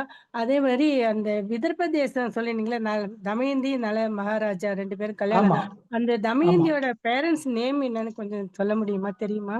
விதர்ப தேச ராஜாவோடது நான் சொல்றேன்மா, நான் சொல்றேன் உங்களுக்கு. மெசேஜ் அனுப்புறேன்மா. சரி சரி, ஓகே ஓகே ஓகே. அதுதான் அது நாளைக்கு கேட்பா அவள் சொன்னோம்னா. நான் அனுப்பி வைக்கிறேன்மா. டக்குன்னு நினைவுல வரல, ஒரு செகண்ட் நான் சொல்லிடுறேன்மா, உங்களுக்கு அனுப்பி வைக்கிறேன். ரொம்ப சந்தோஷம். நிறைய அந்தந்த இடத்துல இருந்து அந்தந்த இடங்கள்லாம் சொல்லி எவ்வளவு ஞாபகம் வச்சிருந்து டிஸ்டன்ஸ் எல்லாம் இப்ப இருக்கிற காலகட்டத்துக்கு உள்ள அந்த பேர்லாம் சொல்றது ரொம்ப சந்தோஷமாவும் இருக்கு கேட்கறதுக்கு. நான் எல்லாமே எழுதி வச்சிருக்கேன், குழந்தைகளுக்கு சொல்லலாம் அப்படின்னு சொல்லிட்டு. அவளும் ரொம்ப எங்க இன்ட்ரெஸ்டா இருப்பா. அதுக்காக தான். ஓகே, ரொம்ப சந்தோஷம், ரொம்ப சந்தோஷம். நன்றி. தேங்க்யூமா.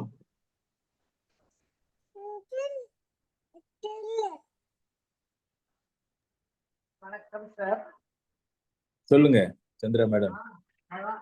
நாங்க 2 ஆசிரியர்களும் ரொம்ப பெருமையா கரெக்டா சொல்லிட்டாங்க. ரொம்ப அழகா எடுத்து நீர்வீழ்ச்சின்னே சொல்லிட்டாங்க. அந்த ஃப்ளோ சாய்ராம் சாரோட என்ன சொல்றது பெரிய அஸ்பெக்ட். அண்ட் ரொம்ப எப்படி நீங்க இந்த டீடைல்ஸ் எல்லாம் கலெக்ட் பண்ணி இப்படி சொல்றேங்கிறது மட்டும் அந்த சீக்கிரத்தை சொல்லுங்க. எவ்வளோ அப்படி ஒரு ஃப்ளோ வருது, எவ்வளோ டீடைல்ஸ் அந்த ப்ரெசன்ட், அதெல்லாம் அந்த ஆசிரியர்கள் 2 பேரும் சொன்னது ரொம்ப வந்து அது ரீச் ஆகுதுங்கிற போது ரொம்பவே வந்து பெருமையா இருக்கும். அவங்க எந்த ஸ்கூல்ல இருக்காங்க தெரிஞ்சுன்னா இன்னும் யாரையாவது அந்த பக்கம் ஸ்கூல்ல எல்லாம் நம்ம அவங்க வந்து அந்த 2 பேரும் எந்த ஸ்கூல்ல கொஞ்சம் சொல்ல முடியுமா? அம்மா சொல்லுங்க. எந்த ஸ்கூல் சொல்லுங்க. ஓபன் வர இது எப்படி மைக் மியூட் நீங்க பேசுறது கேக்குது. கேக்குறதா? நான் MSc MEd in geography. I am taking கில் Adarsh Adarsh group of schools. ஆமா, அதுல ஒரு லெசன் இருக்கு. அண்ட் 6th ஸ்டாண்டர்ட்ல சிவிலைசேஷன் லெசன் வரும், அதுக்கும் யூஸ் பண்ணுவேன். நான் லெசன் எடுத்த ஆக்சுவலா வந்து social கிளாஸ்னா they used to sleep in the afternoon and morning, but because they want to listen a story, they used to ask what is this. இது எங்க மேப்ல எல்லாம் வந்து அந்த காந்தாரம், மதுரா, அந்த நம்ம அந்த அந்த குருஷேத்ரா, இந்த ஸ்டோரிஸ், அது we have a lesson. அது சொல்லும்போது இன்னுமே they get very much interested and they are researching it. அத வீட்டுல போயிட்டு அவ மேப்ல பார்த்து அந்த நான் ஒரு பிளேசஸ் மாதிரி விளையாட்டா கொடுப்பேன், அதெல்லாம் அண்டர்லைன் பண்ணிட்டு அப்புறம் they made a chart also. அப்புறம் அது எப்படி அந்த இது அழிஞ்சு போச்சு எல்லாம் சொல்லுவேன். கொஞ்சம் நானும் யூடியூப்ல எடுத்துப்பேன். எனக்கு most of the time Sairam sir சொல்றத வந்து நான் பாயிண்ட் டவுன் பண்ணிடுவேன். இந்த மாதிரி அந்த பிளேசஸ், அந்த இது எக்ஸாக்டா வேர் இட் இஸ் லொகேட்டட், அதோட எதனால அப்படி வந்தது. சோ அப்படியே வரும்போது அது ஹிஸ்டரியோடவே ஜியோகிராஃபியும் கொண்டுட்டு வந்து சிவிக்ஸ் கல்ச்சுரல் டைவர்சிட்டியும் கொண்டு வந்து அவளுக்கு கேட்கல மேடம். இப்படி ஒரு ஆசிரியர் கிடைக்க அந்த பசங்க எல்லாம் ரொம்ப கொடுத்து வச்சிருக்கோம். ஹலோ ஹலோ ஹலோ கேட்கல? கேக்குதுங்க, கேக்குது. பட் அந்த ஜெயஸ்ரீ மேடமோட கட் ஆயிடுச்சு பாத்தீங்க. ரொம்ப சந்தோஷம். இவ்வளவு வந்து ஒரு ஹிஸ்டரி டீச்சர் இப்படி கூட இந்த இதுல சொல்லிட்டு இருக்காங்கன்றது ரொம்ப பெருமையா இருக்கு. ரொம்ப நன்றி madam. Sairam sir, as usual கேட்ட கொஸ்டின் டவுட்ஸ் எல்லாம் கேட்கறதுக்கெல்லாம் ஒண்ணுமே இல்லை. ஒன்னே ஒண்ணு, இந்த சவுனக்கர் மட்டும் சூப்பரோட அப்பா சவுனக்கர் அவர் நீங்க சொன்ன அந்த அந்த டவுட் இருக்குமா? ஏன்னா நிறைய இடத்துல இந்த சவுனகர்ன்ற பேர் 2-3 இடத்துல இருக்கு. அதனால இந்த சவுனகரை வச்சுதான் மகாபாரதம் முதல்ல வெளியில வந்ததா அப்படிங்கிற ஒரு சந்தேகமும் இருக்கு. ரெண்டும் ஒன்னா அப்படிங்கிறதுக்கு நமக்கு இன்னும் ரெக்கார்ட்ஸ் பார்த்துட்டு சொல்றேம்மா, எனக்கு தெரியல. ஏன்னா அந்த ஒரு அந்த சூத்தரோட அப்பா சவுனக்கருக்கு ரோமஹர்ஷர்னு பேர் உண்டு. ரோமஹர்ஷன் ஏன்னா பாகவதம் வந்து அவர் சொல்லும் போது தானே பலராமர் அவரை கொண்டுடுறார் தனக்கு மரியாதை. அதனால அவர் தான் இவரா சமைச்சான்னு ஒண்ணு சொல்லிட்டு அந்த சூத்திரம் இந்த சூத்திரம் ஒரே இவர் தான். நானும் தெரியல. இது இன்னொரு தடவை ஃபுல்லா செக் பண்ணிட்டு சொல்றேம்மா. ரெண்டும் அதாவது எனக்கும் இந்த டவுட் இருக்கு. அது எப்படி தெளிவுபடுத்திக்கிறேன்றது தெரியல. யார்கிட்டயா கேட்கணும்மா.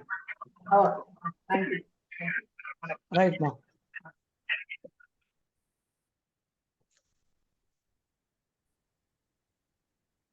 அட்டெண்டன்ஸ் கம்மி ஆயிடுச்சு, டைம் ஆயிடுச்சு, எல்லாம் வெளில போக ஆரம்பிச்சாங்கன்னு நினைக்கிறேன்.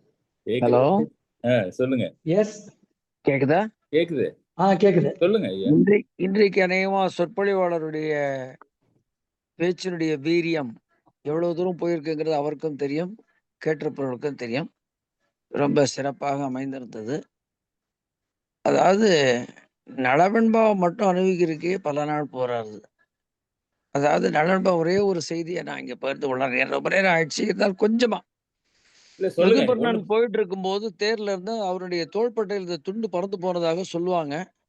அப்போ உடனே தோள்பட்டையில துண்டு பறந்து போச்சு, என்னன்னா கொஞ்சம் நிறுத்து, வாகுகனே நிறுத்து, நான் போய் எடுத்துட்டு வரணும்னு சொல்லும்போது, ரொம்ப தூரம் வந்துட்ட முடியாதுன்னு சொல்லும்போது, எப்படி இவ்வளவு தூரம் வந்திருக்க முடியும்னு சொல்லும்போது ஒரு வித்தை இருக்கிறதா சொல்றதாகவும், அந்த சந்தர்ப்பத்துல தான் இந்த மரத்தில் உள்ள இலைகளினுடைய எண்ணிக்கையை கண்டுபிடிப்பதற்கான சூத்திரத்தை எனக்கு தெரியும் என்று சொல்லி அதை நிரூபித்த பிறகு, இந்த மாதிரி இதற்கும் இந்த சூதாட்ட கலைக்கும் உள்ள ஒரு தொடர்பான வித்தையை நலன் கற்றுக்கொண்டான் என்பது ஆசிரியர் சொன்னார். இப்ப பேச்சாளர் சொன்னாரு.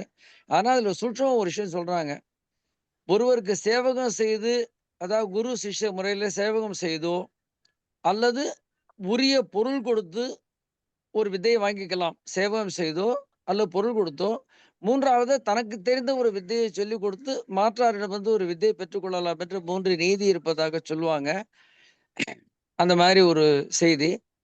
இந்த நலனை பொறுத்தளவு, நலனை எப்படி கண்டுபிடித்தா தமயந்தி சொல்லும்போது, கண்கள் இமைத்தலால், கால்கள் காசினியில் தோய்வதால், வண்ண மலர் மாலை வாடுதலால், கண்டால் நலம் தன்னை ஆங்குன்னு நினைக்கிறேன், பாட்டு ஞாபகத்துக்கு இல்லை. அதே மாதிரி ரொம்ப அருமையான ஒரு விஷயம். அக்ரணி தூது அப்படிங்கிறதுக்கு ஆசிரியர் சொன்ன தூதுகளை எல்லாம் தூத்து சொன்னார். சரியான ஆசிரியர், சரியான மாணவர். ரொம்ப அருமையாக இன்றைய சொற்கோப்பு இருந்தது. ஆனா இன்னும் நான் சொல்லக்கூட நினைக்கிறேன், இருந்தாலும் கொஞ்சம் குறைச்சு கூட நினைக்கிறேன். அதான் கொஞ்சம் குறைத்து கொண்டால் நிறைய விஷயங்கள் பரிமாறி இருக்கிறீங்க, அதை சாப்பிட்டு சுவைப்பதற்கான வாய்ப்பு கிடைப்பதற்கு கொஞ்சம் குறைச்சலா இருந்தா நல்லா இருக்கும் நான் நினைக்கிறேன். இன்னும் கொஞ்சம் குறைச்சிக்கலாம். அதாவது குறைஞ்சபட்சம் 15 நிமிஷம் எடுத்துக்கிறேன்னு சொன்னார் இல்லையா, அந்த மாதிரி எடுத்து அதாவது ஒரு இன்ட்ரெஸ்டிங்கான கட்டடம் எடுத்துட்டீங்கன்னா அத்தனை அவர்கள் மீண்டும் அசை போட்டு கட்சியும் பண்ணி அதுக்கு ஜூஸ் எடுத்துக்கொள்ள வாய்ப்பு இருக்கும்னு நான் நினைக்கிறேன். இதை மேற்படி காலத்துல பேச்சாளர் உரையாடுறதை கொஞ்சம் கவனத்தில் கொள்ள வேண்டும் என்பது என்னுடைய அபிப்பிராயம். மற்றபடி ஆசிரியர்களே சான்று கொடுத்து விட்ட பிறகு நான் அதில் ஒன்றும் அவர்களுக்கெல்லாம் பயன் தரக்கூடிய வகையில் இந்த உரை அமைந்திருப்பதை கேட்டு நானும் ரொம்ப மகிழ்ச்சி அடைகிறேன். ரொம்ப பெருமகிழ்ச்சி. இன்றைக்கு மைக்ரோஃபோன் ஒத்துழைத்த வகையில் இந்த உரையை கேட்கக்கூடிய வாய்ப்பை எலக்ட்ரானிக் கொடுத்திருக்கிறது. நன்றி. நன்றி. நன்றி ஐயா. சாய்ராமன் அவர்கள் நானே தேவையில்லைன்னு நினைக்கிறேன். நீங்க இல்லைனாக்கா இல்ல, நீங்க இல்லைனாக்கா நான் இல்ல. சரி சரி. இன்னைக்கு காலையில நீங்க உங்களோட பேசின அந்த 15 நிமிஷம் தான் எனக்கு கொடுத்த ரியல் என்கரேஜ்மெண்ட். அவர் அண்ணார் சொல்றாரு சில விஷயங்களை குறைச்சிடலாம் அப்படின்னு சொல்றாரு. இப்போ ஒரு மேடம் கேட்டாங்க, சொல்லுங்க. சொல்லுங்க ஐயா. ஆமாமா, இல்ல நம்ம எவ்வளவு குறைக்க முடியும் அப்படிங்கறது தெரியல, அதுக்காக சொல்றேன். ஒரு எடுத்துக்காட்டுக்கு தமயந்தியுடைய அப்பா பேர் பீமன். ஆண்ட தேசம் அயோத்தி. ஆமா. அயோத்தி தேசத்துல இருந்து சேத்தி தேசத்துக்கு போகக்கூடிய தூரம் 1220 கிலோமீட்டர் ம். இல்லையா? ஆமா. சில விஷயங்கள் நம்ம சொல்லாம தவிர்க்க முடியல. ம். ம். இருந்தாலும் இந்த ஒரு 4-5 பாயிண்ட் எடுத்துக்க பதிலா ஒரு 3 பாயிண்டோட நிறுத்திக்கிறதுக்கு ம். அடுத்த சிந்தனையில இருந்து முயற்சி பண்றேன். நன்றி. அவர் அண்ணா அது ஒரு அப்ரோச். அது குறைச்ச ஐயா, அறிவுரை டாபிக் ஏற்கப்பட்டது. குறைச்ச. ஐயா ஒரு நிமிடம். ம். நான் நிகழ்ச்சியை ஆ. குறைக்க சொல்லல, ஒரு செய்திகளை time. குறைக்க வேண்டாம். ம். செய்திகளை குறைக்க வேண்டாம். 5 செய்தி சொல்லக்கூடிய இடத்துல 3 செய்தி அதுதான் 4 நான் சொன்னீங்கன்னா நல்லா இருக்கும். அவ்வளவுதான் அவ்வளவுதான். நானும் சொன்னேன். அண்ணா அதைத்தான் நானும் சொன்னேன். நன்றி. இத்தனை பாயிண்ட் சொல்றதுக்கு பதிலா நல்லவனுடைய கதையை மட்டும் தனியா சொல்லலாம் அப்படின்னு உங்களுடைய பாயிண்ட் ஏற்கப்பட்டது. குருவிற்கு நன்றி, சேவை நன்றி. பண்ணி குருதட்சணையா கொடுக்கலாம். குருவுடைய பணிகளை நிறைவேற்றி ஒன்று கற்றுக்கொள்ளலாம். ஒன்றை கொடுத்து ஒன்றை பெற்றுக்கொள்ளலாம் அப்படிங்கறதெல்லாம் நிலோபேக்கியானத்துல இருக்கு. அந்த பெண்ணின் பெருமை, அந்த காலத்துல பெண்கள் எவ்வளவு சிறப்பா இருந்தாங்கன்னு சொல்றதுக்காகத்தான் அந்த அடையாளத்தை அவள் எப்படி கண்டு கொண்டாள், எது முக்கியம்னு படுதோ அதை மட்டும் சொல்லியிருக்கிறேன். நன்றி, உங்களுடைய அறிவுரை ஏற்கப்பட்டது. நன்றி. நன்றி சாய்ராம். இன்னொரு விதமா அதே நன்றி. அறிவுரையை நானும் எல்லாம் சொல்லிக்கிறேன். இல்லைன்னு நினைக்கிறேன். டைம் ஆயிடுச்சு, போயிருப்பாரு. சாய்ராமன் ஐயா, ஐயா சொல்லுங்க. இன்னொரு அதே அறிவுரை ஐயா சொல்லுங்க. சொல்லிடுறேன். இப்ப நீங்க 1 மணி நேரத்துல பொழிந்த மழையை ஆம். 2 மணி நேரமாக்க முடியுமா? ஐயா அப்படி ஆக்க முடிஞ்சா 2 வகுப்பாயிடும்.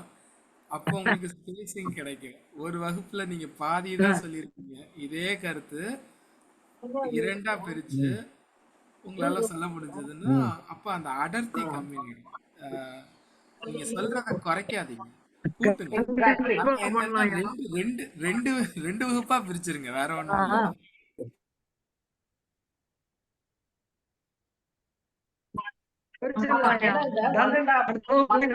பாயிண்ட் எடுக்கணும்னு டிசைட் பண்ணோம்.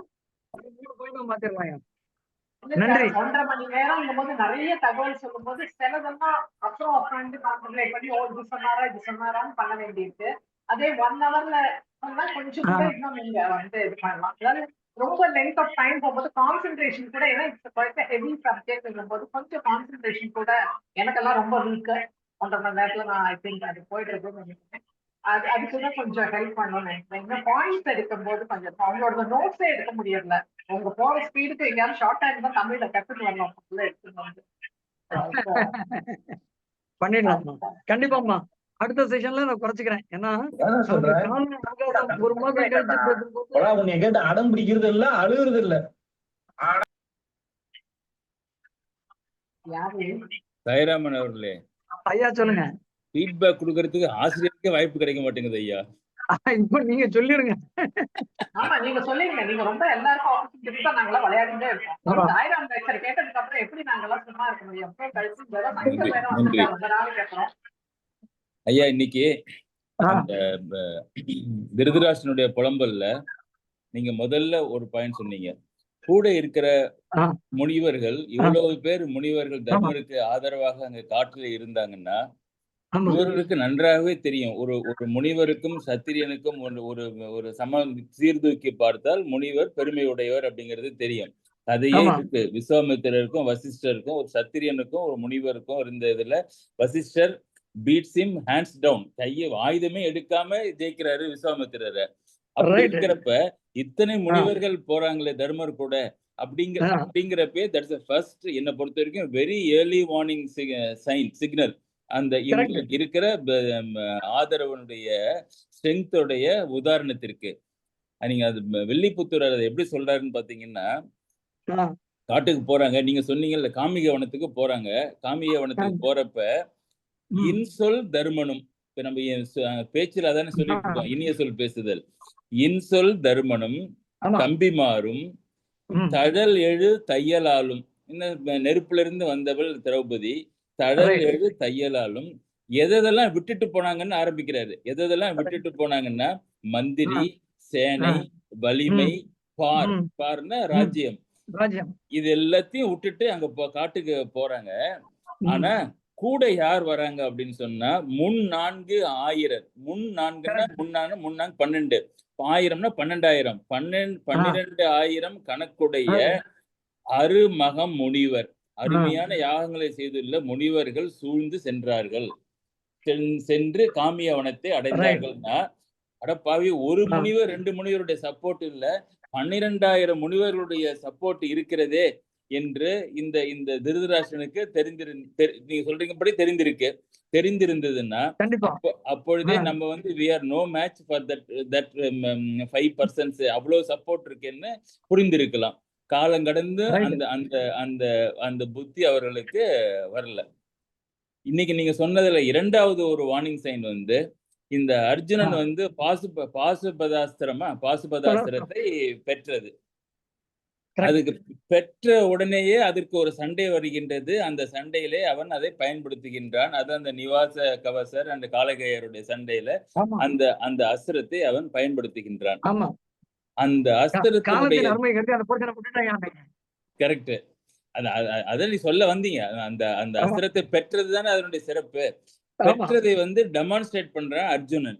அர்ஜுனன் டெமான்ஸ்ட்ரேட் பண்றப்ப அந்த அந்த அத்தனாயிரம் பேர்களையும் அழித்ததுன்னு சொல்றது ஒரு சிறப்பு என்றால், அதை விட்டு அர்ஜுனனுடைய சிறப்பை பற்றி வருகிறது. என்ன வருது அப்படின்னா, சங்கரன் செம்கை, சிவந்த சங்கர சிவபெருமானுடைய கையில் இருந்த அந்த வாலி பாசுபதாஸ்திரம் சென்று உறுத்துன்னா ரொம்ப அவங்களை வருத்தி, அந்த எதிரிகளை வருத்தி, கோபித்து, உடன்று பகைத்து, பொங்கி கொதித்து, அண்டம் உடைத்திட, பூமியை எல்லாம் பிளக்கும்படி சிரித்து அத்தனை பேரையும் எரித்து சேர பற்றி எரித்து, ஒரு சேர பற்றி எரித்து, அதுக்கப்புறம் இருக்கிறதா அந்த வார்னிங் சைன் என்னன்னா, தூ நீர் ஆடி, பரிசுத்தமாகிய நீரிலே அந்த அந்த அஸ்திரம் நீரிலே மூழ்கி இவனிடம் தன்னில் தரித்தது. அதாவது கம்பேக். அதாவது அப்படின்னா என்ன அர்த்தம்னா, இவன் ஒரு 1000 தடவை 1,000,000 தடவை இந்த அஸ்திரத்தை பயன்படுத்தலாம் என்று சூழ்நிலை இருந்தாலும் அத்தனை முறை இவனால் பயன்படுத்த முடியும். அந்த அஸ்திரம் இவனிடமே வந்து தஞ்சம் கொள்கிறது என்று இந்த சண்டையை பத்தி கேட்டிருப்பாங்க. எப்படி இந்த சண்டை நடந்தது அப்படின்னு. அடப்பாவி, திருப்பி அந்த அஸ்திரம் அவன் கையிலே இருக்கின்றது. அது இவனை விட்டு விலகாது. அப்படிங்கிறப்ப எத்தனை முறை இதை பயன்படுத்துவோம் நம்ம எதிர்த்து என்பது அந்த திருதராஷ்டிரனுக்கு தெரிந்திருந்தால், உண்மையிலேயே அந்த அந்த அந்த அஸ்திரத்தினுடைய பெற்ற அந்த அர்ஜுனனுடைய திறமையை அவன் உணர்ந்திருக்கலாம். அது வந்து 2வது. 3வது, அவன் இட்ட போர். அந்த அந்த காலகேயர் வதை சருக்கத்துல எப்படி சண்டை போடுறான்னு சொல்றாரு. வேகம் கருதி எவ்வளவு வேகமாக அவர்களை கொன்று தீர்க்கின்றான் அர்ஜுனன் என்பதற்கு ஒரு வரி வருகிறது. என்ன அப்படின்னா, 3 கோடி அசுரர்களை அவன் அழிக்கின்றான், அர்ஜுனன் அழிக்கின்றான். அழிக்கின்ற பொழுது அப்படியே அத்தனை பேரும் அழிக்கின்றார்கள். அப்படி அழிந்ததை கண்டேன், இற்றது பார்த்தேன். முதல்ல பார்த்தானாம், அந்த அழிந்ததை பார்த்தான். அதுக்கப்புறம் கொஞ்ச நேரம் கழிச்சு என்ன ஆச்சா, வில்லின் நான் இடியும் கேட்டேன். எது காரியம்? அழிந்தது காரியம்.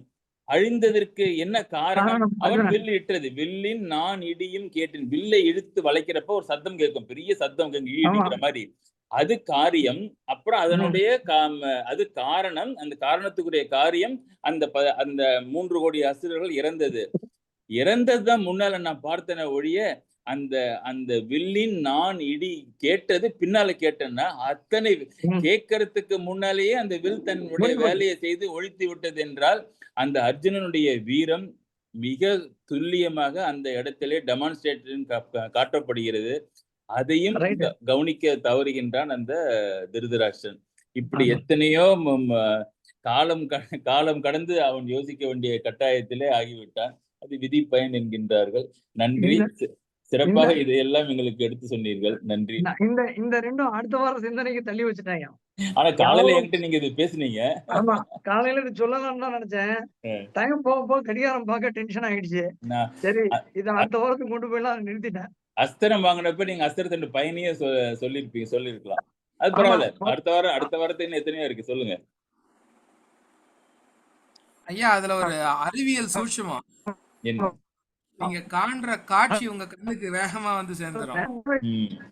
அந்த ஒலி கொஞ்சம் லேட்டா தான் வந்து சேரும். ஆமா ஆமா, சவுண்ட் அண்ட் லைட். ஆமா, பாக்குற காட்சி வில்லிலிருந்து அன்பு விடுபடுகிறது, 3 கோடி பேரையும் துளைக்கிறது, புனிதமாக அமுத துணியில் வந்து உட்கார்ந்து விடுகிறது. அதுக்கப்புறம் தான் இந்த சவுண்டே அவர் காதுல கேக்குதான். அருமை அருமை. ரொம்ப நாட்களுக்கு ராமாயணத்தை பற்றி ரொம்ப அனுமனுடைய வேகம் வந்து மனத்தின் வேகத்தை விட ஜாஸ்தி என்ன. ஆமா ஆமா, மனோவேகம்ங்கிறார் அத கம்பன். அந்த ஆமா அதுதான்யா, அந்த 4 தான் இன்ட்ரோடக்ஷன் மட்டும் தான் கொடுக்க முடிஞ்சது. அது பின்னால கவர் பண்ண முடியல. எடுத்தல், தொடுத்தல், விடுத்தல், திரும்ப பெறுதல், அந்த இன்ட்ரோடக்ஷனோட நம்ம நிறுத்த வேண்டியதாயிடுது. அடுத்த பக்கம் பிறையருள் உங்க ஆசீர்வாதத்தோட அதை கண்டினியூ பண்ணிடுறேன். நன்றி நன்றி. ஆமா அம்மா, நீங்க ராஜன், ஆனந்தி ராஜன் மாமி, உங்களுடைய தகவலுக்காக, நலன் ஆண்ட பகுதி நிஷாத தேசம். நலனோட அப்பா பேரு வீரசேனன். தமயந்தியோட அப்பா பேரு பீமன். அவர்கள் ஆண்ட தேசம் விதர்ப்பம். ருதுபண்ண மகாராஜன் ஆண்ட தேசம் அயோத்தி. அயோத்தியிலிருந்து சுயம்பரம் நடந்த இடத்துக்கு கிட்டத்தட்ட 1200 கிலோமீட்டர்கள். ஐயா அவங்க ஒரு கேள்வி கேட்டாங்க, நீங்க 10 பதில் சொல்லிட்டீங்க. Super super. Thank you so much. அவங்க பசங்களுக்கு சொல்லி கொடுப்பேன்னு சொல்லிட்டாங்க. ஆமா, ஓகே ஓகே. Thank you. இப்படி எல்லாரோட கருத்தையும் கேட்டுட்டு இதையும் கண்டுபிடிச்சு சொல்லிட்டீங்க. இதுக்குள்ள எவ்வளவு காது எவ்வளவு மனசு ஓடுது. அதான் எவ்வளவு சுறுசுறுப்பு பாருங்க. சுறுசுறுப்பு. ஐயோ, ரொம்ப நன்றி. ரொம்ப ஆசையா கேட்டுட்டே இருக்கணும் போல இருக்கு. சீக்கிரம் முடியறதேன்னு இருக்கு. அப்படி இல்ல, பேப்பருக்கு பின்னால கொஞ்சம் நோட்ஸ் வச்சுட்டு இருக்கோம். அந்த நோட்ஸ் எடுத்துட்டு சொல்றதுக்கு உண்டான டைம் மனசுல இல்லாம நிக்க முடியல. சூப்பர். அதுக்கும் அந்த பேப்பர்ல இருக்கு, டக்குன்னு நீங்க கண்டிப்பா கரெக்டா கேட்டு எடுக்கிறீங்க இல்லையா? அதுதானே அது நல்ல ஃப்ளோ,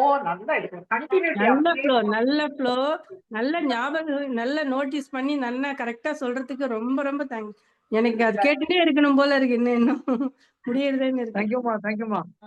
அடுத்த மாதத்துல இன்னும் ரொம்ப அற்புதமான விஷயங்கள்லாம் இருக்கு. ரொம்ப நன்றி. இதுக்கு பகவத்கீதை இதுக்கு மேட்ச் ஆகுது கொஞ்சம் எல்லாமே. அதனாலதான் கொஞ்சம் அண்டர்ஸ்டாண்டிங் நல்லா இருக்கு. என்னம்மா? ஓகே. நல்லதுமா, நல்லது, சந்தோஷம். வேற யாராவது இருந்தா கேட்கலாம். இல்ல என்ன நீங்க முடிச்சிடலாம். மணியா கரெக்டா 6. பங்கேற்ற அனைவருக்கும் என்னுடைய நன்றியை, சாய்ராமுக்கும் நன்றியை சொல்லி, தொடர்ந்து வருகின்ற ஞாயிற்றுக்கிழமைகளிலே நம்முடைய சிந்தனையை தொடர்வோம் என்று சொல்லி விடைபெறுகின்றேன். நன்றி, வணக்கம்.